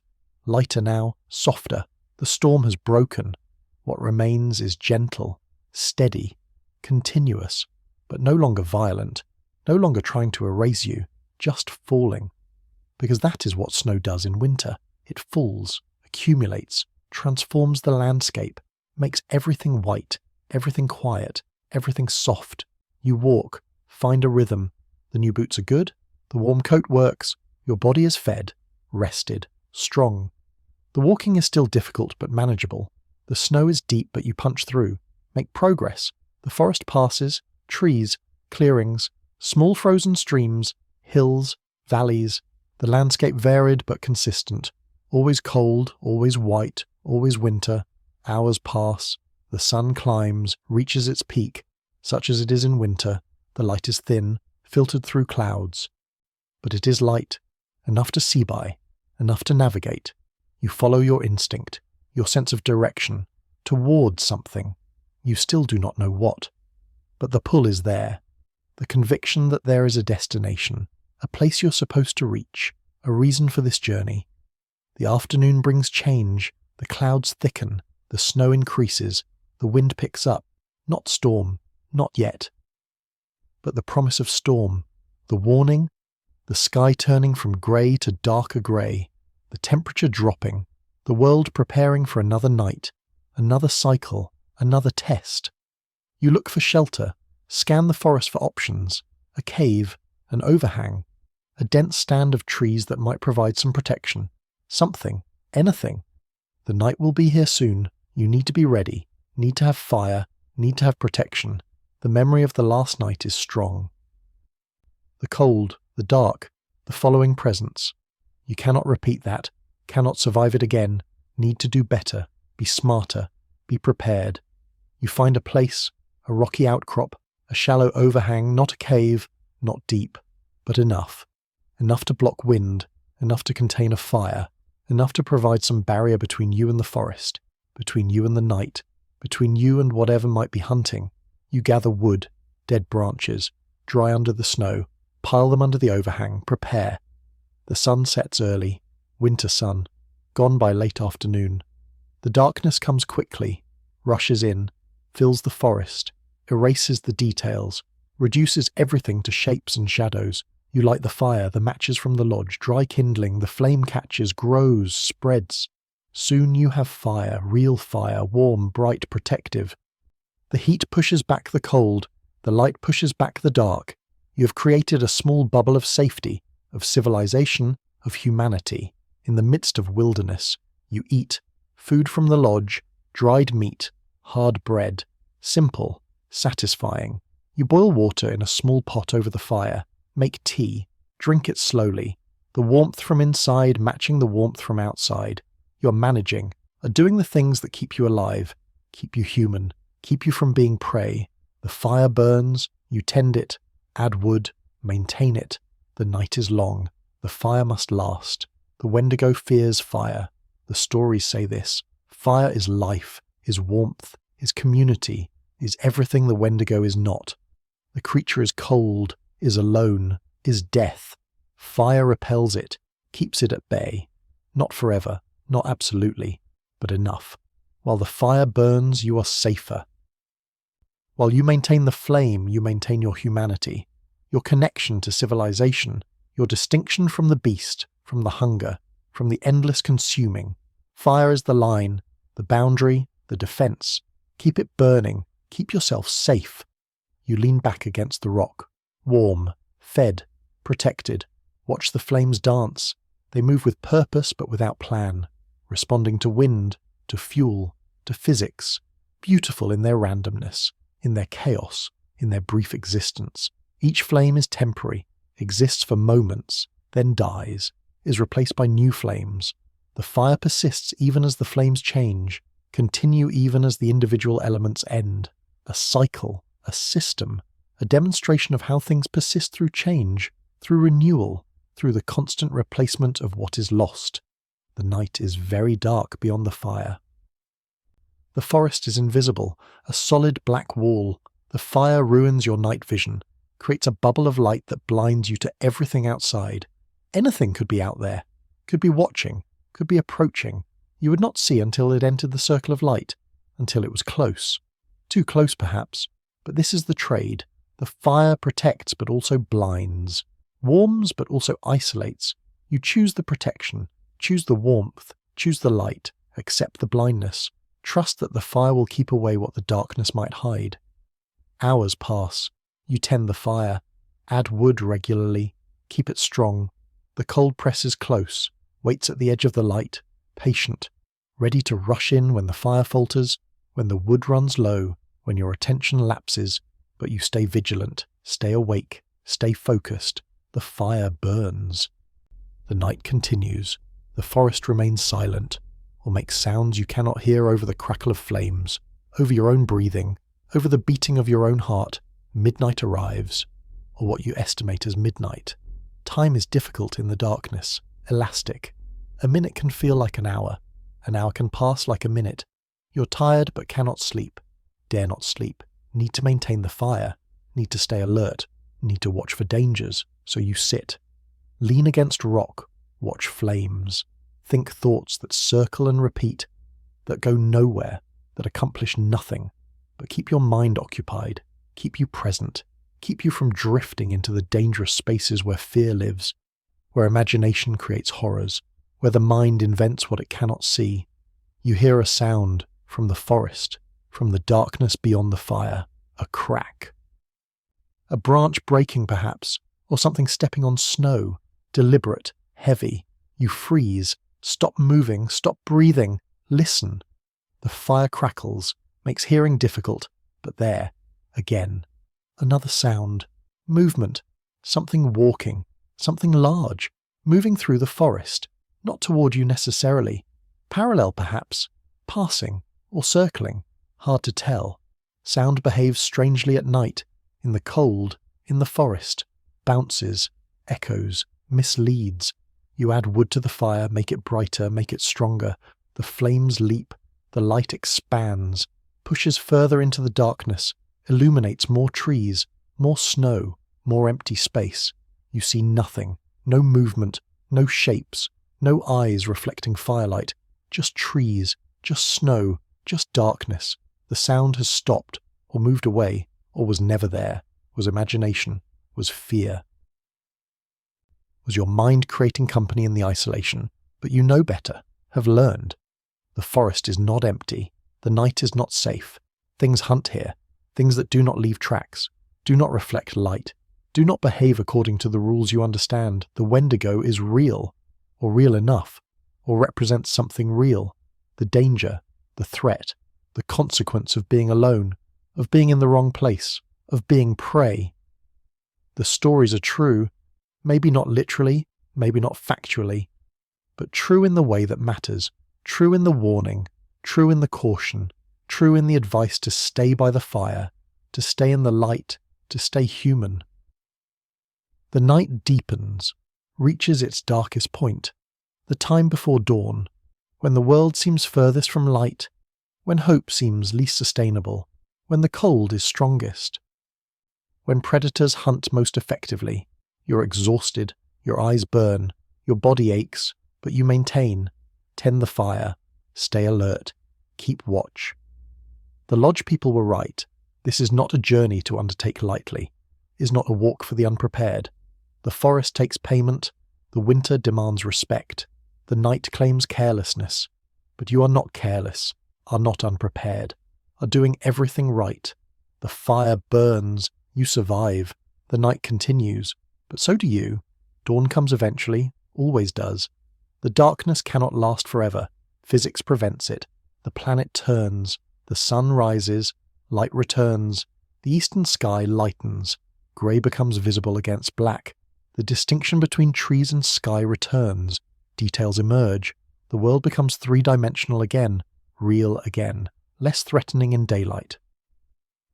Or seeming less threatening, the dangers remain, but visible danger is manageable, can be seen, can be avoided, can be faced.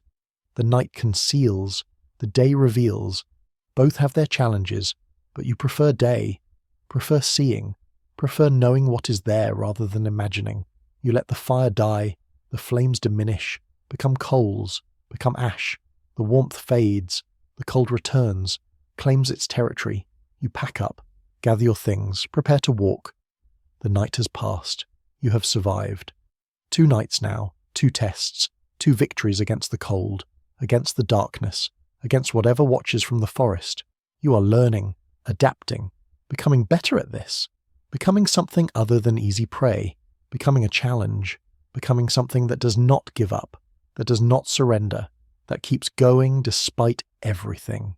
You walk into the day, into the forest, into the continuation of whatever this journey is. The destination is still unclear, but the path is forward, always forward, never back. What lies behind is irrelevant. Only ahead matters, only the next step, the next mile, the next night. The pattern continues, will continue, must continue, until it ends, until you arrive, until the journey reaches its conclusion. Whatever that might be, wherever that might be, however that might happen. The forest is beautiful in the morning light. The snow glows, the trees cast long shadows, everything is pristine, untouched, perfect. The cold makes the air crystal clear, every detail sharp, every branch visible. The beauty is harsh, unforgiving, does not care about your comfort, does not concern itself with your survival, just exists, just is. Just continues being beautiful and dangerous and indifferent. You walk through it, a temporary presence, a brief disturbance. Soon your tracks will be covered, your passing erased. The forest will return to perfect stillness, perfect whiteness, perfect emptiness. You think about the Wendigo, cannot help it. The legend occupies your mind, the stories, the warnings, the fear, but also the sadness, the tragedy, because the Wendigo was human once, was a person, had a name, had people who loved them, had a life, had humanity, and lost it, was transformed, became something else, something that could not be saved, could not be redeemed, could not return to what it was. The stories are warnings about crossing lines, but they are also tragedies about losing yourself, about becoming something you hate, about the permanent consequences of desperate choices. You wonder about the person, the first person who became Wendigo, in the oldest version of the story, the original transformation. What were they like? Were they good before, kind before? Did they fight the change? Did they resist? Did they know what was happening? Did they feel the ice spreading through their heart? Did they feel their humanity sliding away? Did they scream? Did they beg? Did they ask to be killed before the transformation completed? Or did the hunger overwhelm everything, erase everything, transform them before they understood what was happening? The story does not say, cannot say, because the first Wendigo is lost to time, to legend, to the blurring that happens when stories are told and retold, when details change, when facts become metaphor, when reality becomes myth. The first person is anonymous now, is every person, is anyone who might face those circumstances, who might be tested, who might fail. The story is not about them specifically, is about the possibility, the potential, the warning. Anyone could become Wendigo. Everyone has the capacity, under the right circumstances, with the wrong choices, when pushed far enough. This is terrifying, not the monster, not the creature, but the knowledge that the monster lives inside, that the transformation is possible, that the line is not as far away as you want to believe, that given the right circumstances, the right pressures, the right fears, the right hunger, you could cross it, could become the thing you fear, could lose what makes you human, could transform into something that cannot be saved. This is why the stories persist, why they still frighten, why they still matter, because the fear is personal, is internal, is about yourself, not about something external, not about something other, about the other that lives inside you, waiting, patient, hungry. The day warms slightly, still cold, still winter, but the sun helps, provides some warmth, some comfort, some hope. The walking is easier in daylight.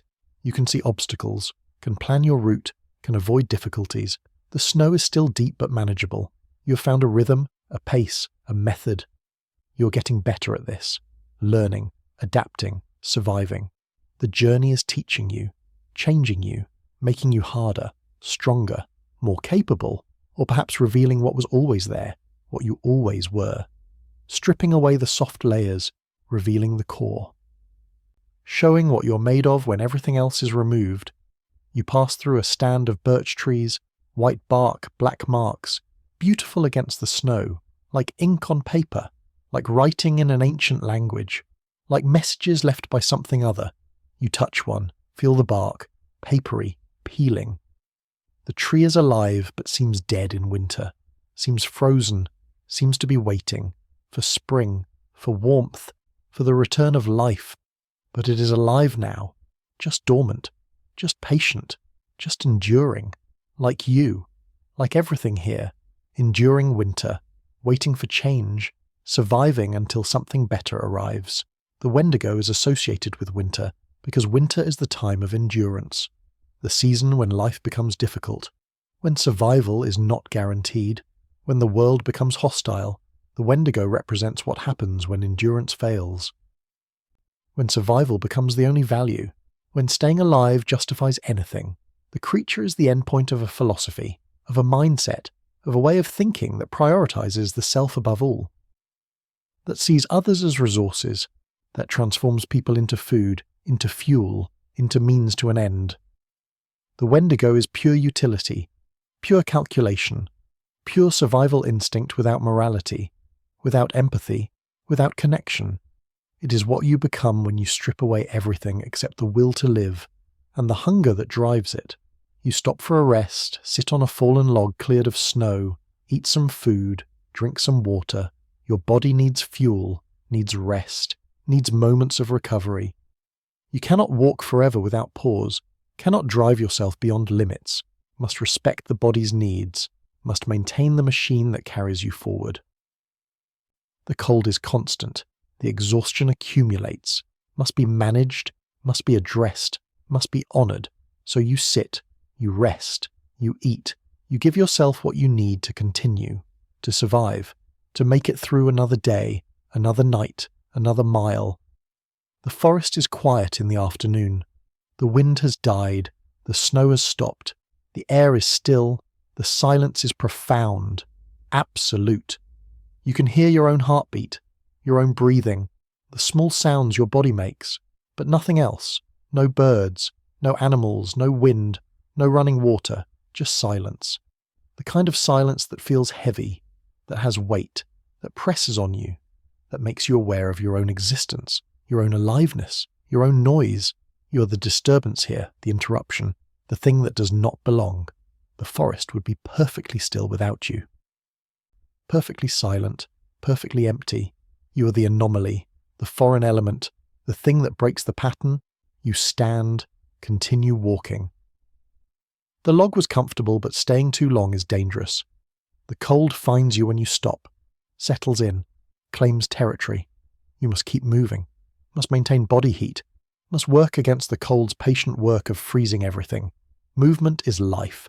Stillness is death. This is the rule in winter. This is the law in the cold. Keep moving or become another shape under snow. Another story. Another warning. The sun begins to descend. The afternoon passes quickly, too quickly. The days are short in winter. The darkness eager, ready to return, to reclaim its dominance. You scan for shelter, for a place to make fire, for protection for the night. Cannot be caught unprepared. Cannot be walking when darkness falls. The night requires readiness, requires fire, requires protection. You have learned this, have integrated it, know what is needed, must find it before the light fails, before the cold intensifies, before the hunting hour begins. You find a hollow. Between two large rocks, not a cave, but shelter, protection from wind, space for fire, better than the open forest, better than nothing. You stop, begin preparations, gather wood, lots of wood, enough for the entire night, cannot afford to run out, cannot risk the fire dying. The wood is your safety, your protection, your warmth. You pile it high, more than you think you need, because you will need more than you think, because the night is long, because the cold is relentless, because the fire must not die. You build the fire carefully, arrange kindling. Stack wood, leave space for air, create structure, make it efficient, make it sustainable, light it, watch it catch, watch it grow, watch it become your protection, your warmth, your light. The flames rise, the heat spreads, the darkness is pushed back. You have created safety, have established your space, have marked your territory as human, as living, as refusing to be prey. The fire states this, announces it, declares it to the forest, to the night, to whatever watches.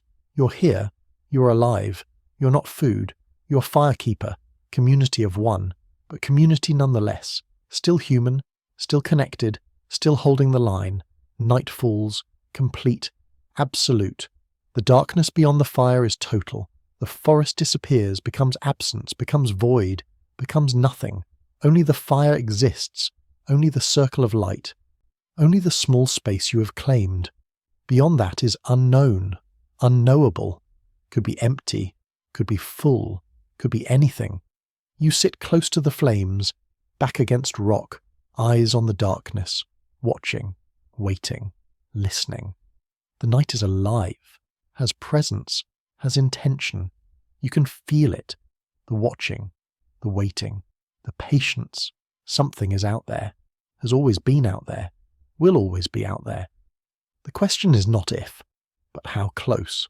But whether tonight it decides to approach, whether tonight you see what has been following, what has been waiting, what has been hunting. You add wood to the fire, keep it strong, keep it bright, keep it protecting. The flames leap higher, the light pushes further, the darkness retreats, but only so far, only to the edge of the light. There it waits, patient, knowing the fire cannot last forever. Knowing the wood will run out, knowing exhaustion will claim you, knowing eventually you will make a mistake, will let the flames diminish, will give it an opening.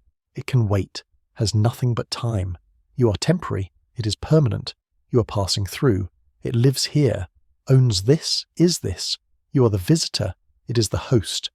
And hosts do not like visitors who do not respect the rules, who think fire and light and humanity grant exemption, who believe they are safe, who forget that safety is temporary, that protection is limited. That night always wins eventually, but not tonight. Tonight you are vigilant. Tonight you maintain. Tonight you keep the fire burning, keep yourself awake, keep the boundaries clear. The night presses but does not break through. The cold reaches but does not take. The watching continues but does not approach. You have held the line, have maintained yourself, have survived another night, another test, another challenge. The pattern continues. You endure, you persist, you refuse to yield. And in the morning, when the light returns, when the night retreats, when the forest becomes visible again, you will walk, will continue, will move forward. Because that is what you do, that is who you are, that is what it means to be human, to keep going, to refuse surrender, to walk through winter carrying fire, maintaining light, preserving humanity, one step, one night, one small victory at a time. Dawn arrives again, the third dawn, the third survival, the third morning. You have established a pattern now. Night, fire, day, walking. Night, fire, day, walking. The rhythm of survival, the cycle of endurance. Each completion builds confidence, builds knowledge, builds strength. You are learning the forest, learning the cold, learning yourself, discovering capacities you did not know you had, depths you did not know existed, strength that surprises you. The journey is transformation, not into Wendigo, into something else, something harder, something more capable, something that does not break easily, that does not surrender willingly, that faces difficulty with competence rather than despair. You extinguish the fire, scatter the coals, cover them with snow, erase the evidence of your camp, leave the space as you found it. The forest will reclaim it immediately, will erase your presence, will return to pristine emptiness, as if you were never here, as if no one has ever been here. The snow covers everything, makes everything new, erases history. Resets the story. Every morning is a beginning, every day is a fresh start. The past is buried, only forward exists, only the next step, only the continuing journey into unknown destination. You walk into the forest. The morning is clear, the sun is bright, the cold is sharp but bearable. You have food, have water, have strength, have will, have purpose. Even if the purpose is unclear, even if the destination is unknown, the walking itself has become the purpose, the continuation, the survival, the daily victory over cold and darkness and hunger and fear. This is enough. This is sufficient. This is what you have. So you embrace it, accept it, use it. Walk with intention, walk with awareness, walk with presence. Not thinking about yesterday, not worrying about tomorrow, just walking, just being, just continuing, one step, then another.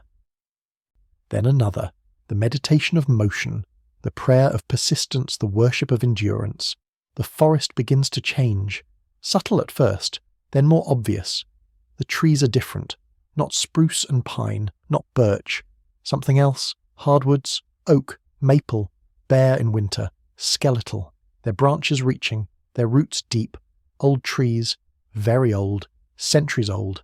They have witnessed generations, have seen countless winters, have survived fires and storms and droughts and floods, have adapted, have endured, have persisted, They do not care about you, do not notice you, but they provide context, perspective.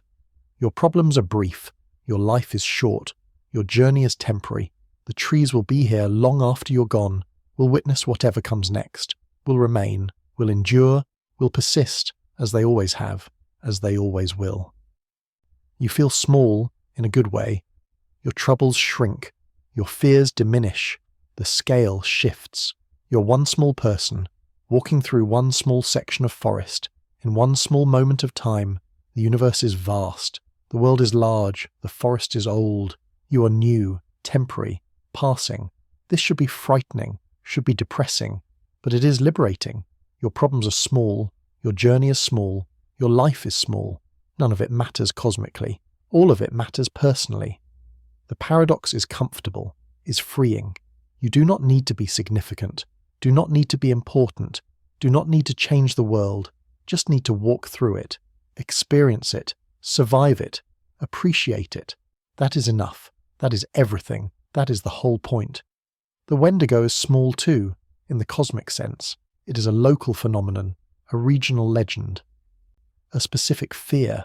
It does not exist everywhere, does not threaten everyone, is not universal. It belongs to the northern forests, to the winter, to the places where cold and isolation and hunger converge. Outside those places it has no power, no presence, no reality. It is bound, limited, contained by geography, by season, by circumstance. This makes it less frightening, or differently frightening, because it means the danger is specific, is conditional, is avoidable. Stay out of the forest, stay out of winter, stay with community. These simple actions negate the threat, remove the danger, prevent transformation. The Wendigo is powerful, but not all powerful, is dangerous, but not inevitably so, is real, but not universally. Knowing this helps, provides perspective, maintains hope. You see smoke ahead, rising above the trees, thin, grey. Real. Someone has a fire, someone is here, another person, or people. The possibility of company, of community, of shared warmth. You alter your path, walk toward the smoke, toward the fire, toward the people. Humans seek humans. It is instinct, necessity, survival. Alone we are vulnerable. Together we are strong. The lesson is old, is fundamental, is true. You walk faster, eager, ready to see faces, hear voices, share space with others, break the isolation, end the loneliness, connect. You emerge into a clearing. There is a camp, a large camp, multiple tents, several fires, many people, busy, working, moving with purpose. This is not a settlement, not permanent. This is temporary, travellers perhaps, a group passing through. You approach carefully, make noise, do not surprise them, do not appear as threat. They notice you, stop, watch. Wary, cautious. Strangers are not always welcome, not always safe. The forest teaches caution, teaches wariness, teaches that danger wears many faces. A person approaches, older, confident, authority, the leader perhaps. They look you over, take in your appearance, your condition, your solitary state. You're alone, they say. Statement, not question. Yes, you reply, I've been travelling, walking, looking for... You trail off, because you still do not know, cannot articulate, cannot explain. They nod, understanding, or pretending to. Dangerous to travel alone, especially in winter, especially in this forest. They pause, consider. You're welcome to stay, share our fire, rest, but we leave in the morning, continue north. You can come with us if you want, or go your own way, your choice. You thank them, accept the hospitality. The camp accepts you, makes space, shares food, shares warmth, shares company. You sit with them, listen to conversations, participate when appropriate, silent when not. The presence of others is comforting, grounding, reminds you who you are, what you are, human, social, connected. The isolation of the walk has been necessary, has been transformative, but this is necessary too, this reminder, this connection, this participation in collective life. They ask where you came from, where you're going, you answer honestly, which means vaguely, which means uncertainly. They accept this. Do not press. Many people in the forest are running from something, toward something, away from themselves, toward themselves. The forest does not judge, does not demand explanations, does not require justification. You are here. That is enough. Your reasons are your own. Your journey is your own. They respect this, honor it, allow it. The night comes, the camp settles, the fires are built up, guards are posted, watch rotations assigned. This is an organized group, experienced. They know the dangers, take precautions, follow procedures. You are impressed. You offer to take a watch. They accept. Give you a shift. Middle of the night. The dangerous time. The cold time. The hunting time. You will stand watch. Will protect the camp. Will maintain the fire. Will keep everyone safe. It is responsibility. Is contribution. Is participation. Is belonging. Your watch begins. Around midnight, you are awake, alert. The camp is quiet, people sleeping, the fires burn low, maintained but not large, enough to see by, enough to provide warmth, not enough to waste wood. You patrol the perimeter. Walk the edge, watch the forest. Listen for sounds, look for movement. See nothing, hear nothing. The night is calm, still, quiet. Perhaps nothing is hunting tonight. Perhaps the group is too large, too organized, too prepared. The Wendigo prefers easy prey, prefers solitary travelers, prefers the unprepared. This camp is none of those things, is strong, is ready, is dangerous to approach, but you stay alert, because complacency kills, because assumption is danger, because the moment you relax is the moment something happens. The forest has taught you this, the nights have taught you this, the cold has taught you this. Never assume safety, never trust quiet, never believe you're alone when you see no one. The forest is deep, the darkness is complete, the things that hunt are patient and clever and waiting, always waiting. For the mistake, for the lapse, for the opening, you will not provide it, will not be the weak link, will not be the failure that endangers others. You maintain, you watch, you protect. Your watch ends. The next guard takes over. You return to the fire, warm yourself, then find a place to sleep. A tent, a blanket, a space provided. You lie down, close your eyes. Sleep comes quickly, deep, dreamless. The sleep of the safe, of the protected, of the community member. Not the sleep of the solitary, not the half-sleep of the vulnerable, not the watchful rest of the hunted. Real sleep, real rest, real recovery. You wake in the morning refreshed, restored, ready. The night was kind, the camp was safe, the community protected, as it should, as it must, as it always has. The camp breaks. Morning routine, efficient, practiced, tents come down.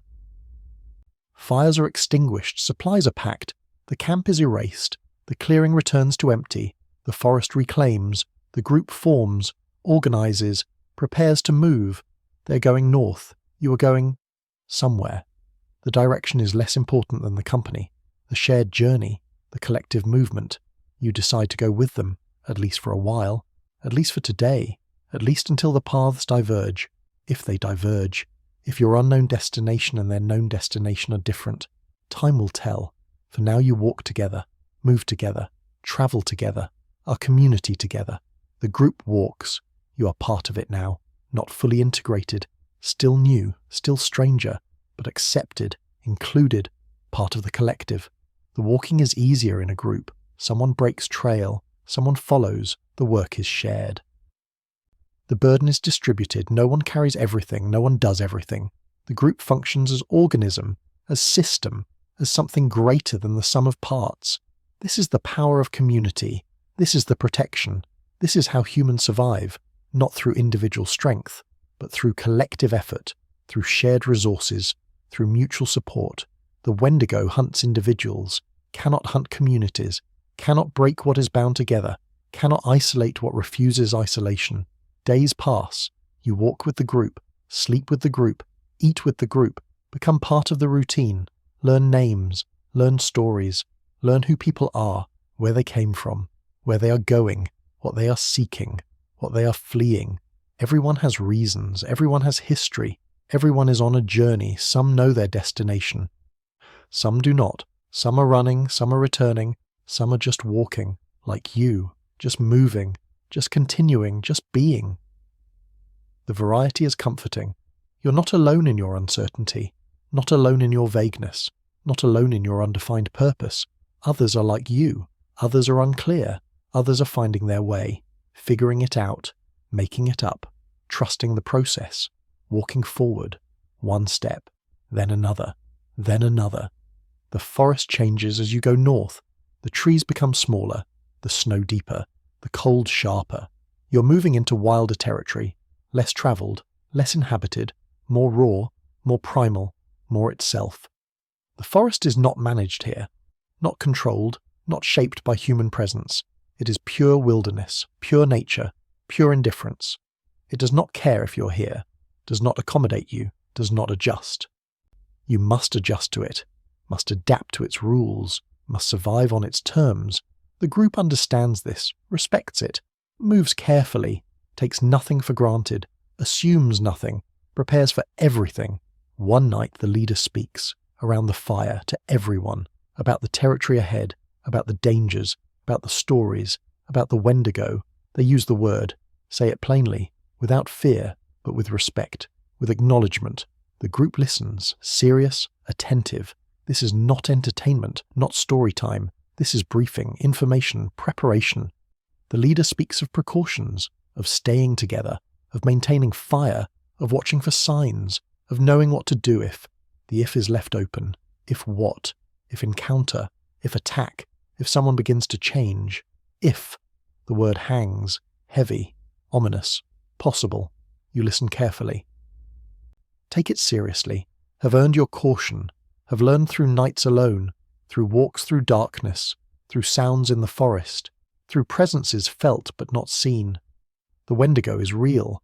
Maybe not in the way city people think, maybe not as simple monster, but real as danger, real as consequence, real as warning. The leader knows this. The group knows this. You know this. The knowledge is shared, is collective, binds you together, transforms you from individuals into unit, into community, into defense against what hunts alone. The group decides. Tomorrow they will pass through the deepest part, the oldest forest, the most dangerous territory. Everyone must be prepared, must be watchful, must be together. No wandering, no separating, no individual decisions.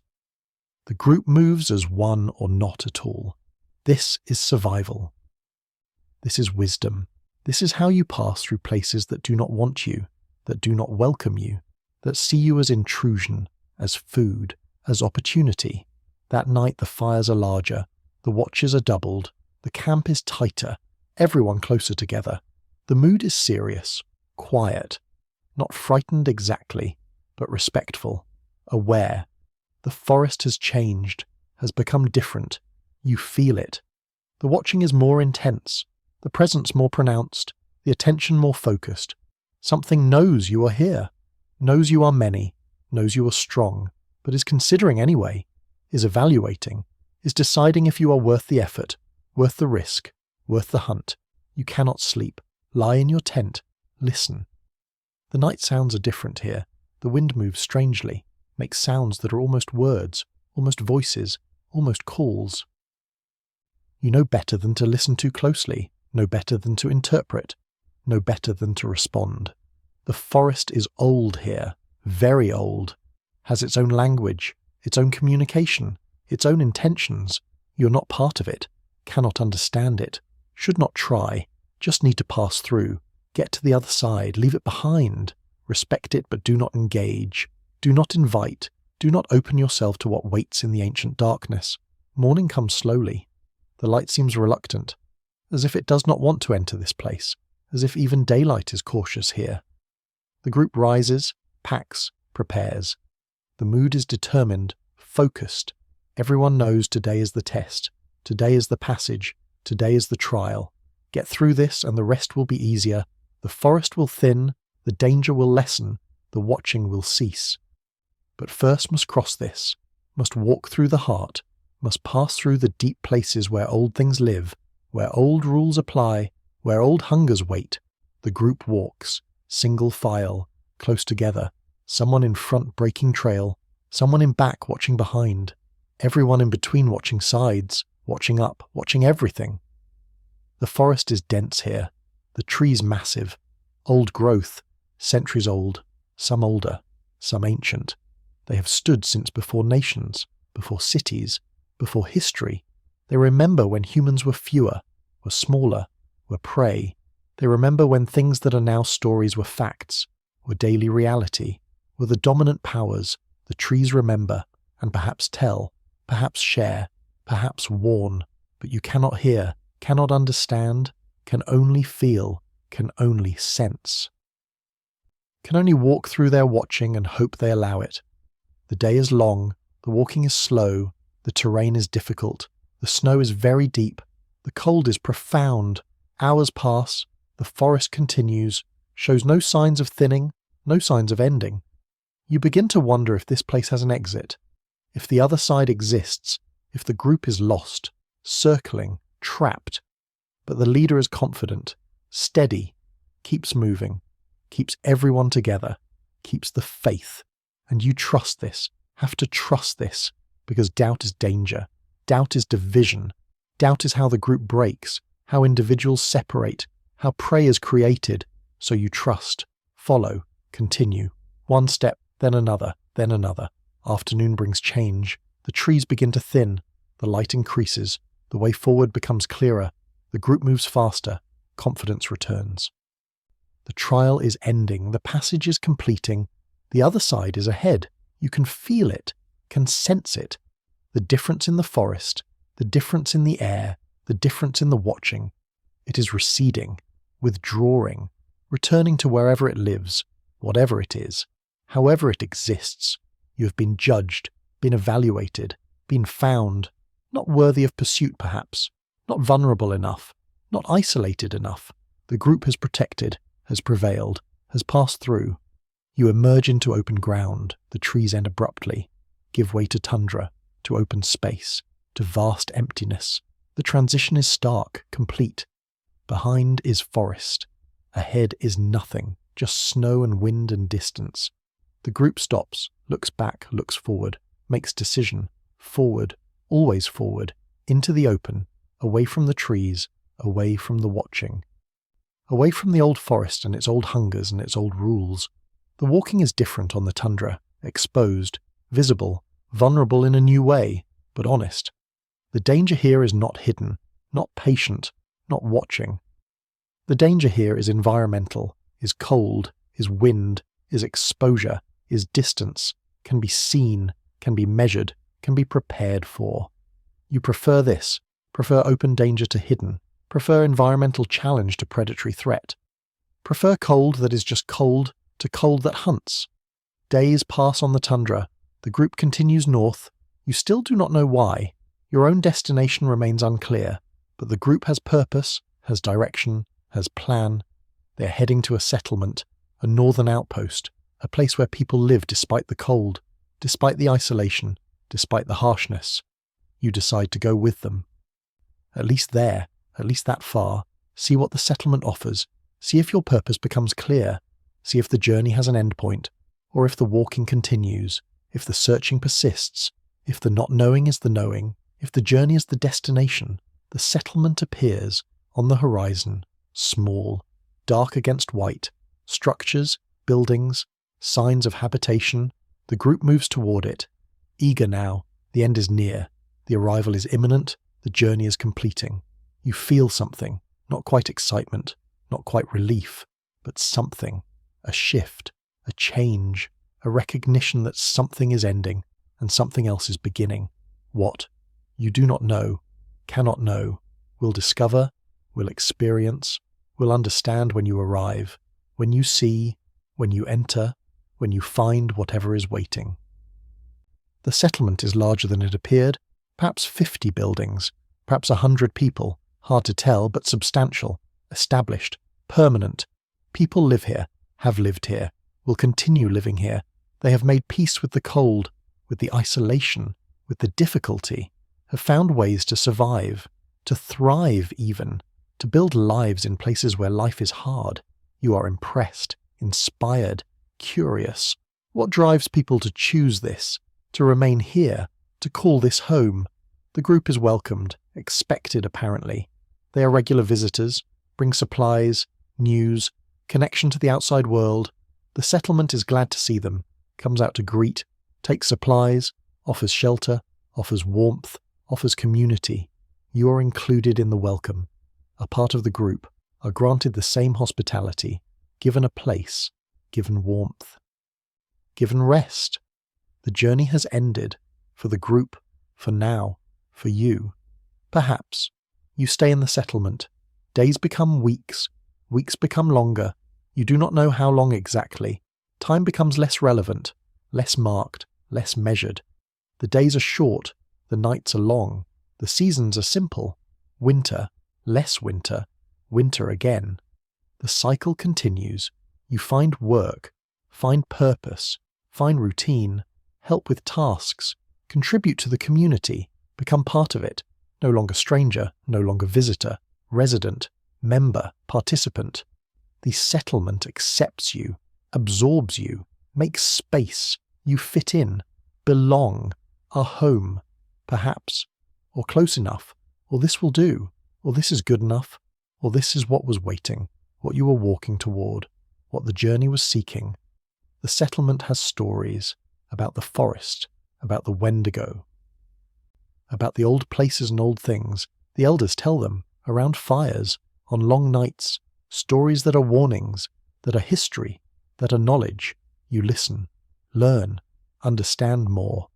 The Wendigo is not one thing, is many things, is hunger, is isolation, is transformation, is consequence, is warning, is fear, is possibility, is all of these and more, cannot be reduced, cannot be simplified, cannot be dismissed, must be respected, honoured, remembered.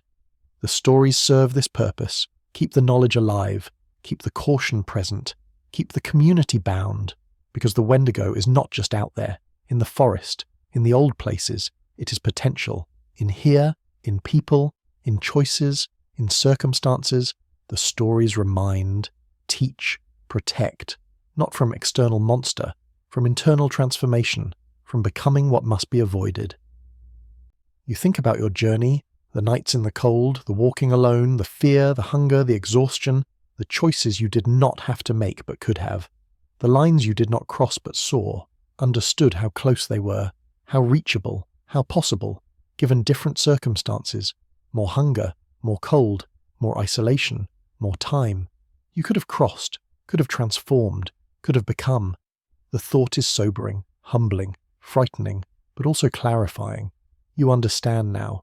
The journey was not about reaching, was about learning, about discovering, about recognizing your capacity, your limits, your humanity. What keeps you human? What could make you not? What you must protect, preserve, honor, community, connection, compassion. These are not luxuries, are necessities, are survival tools, are defenses against cold, against hunger, against transformation, against becoming Wendigo. Winter continues, in the settlement, on the tundra, in the forest, everywhere. This is the north. This is the reality. Winter is not a season, is a state, is a condition, is the default. Everything else is interruption, brief, temporary, aberration. Winter is truth, is constant, is home. You learn to live with this, in this, through this. Learn that life is possible here. Good even. Different but good. Hard but rewarding. Isolated but connected. The settlement is proof. The people are proof. You are proof. You survived. You arrived. You stayed. You are living. Not just surviving. Actually living. Finding meaning.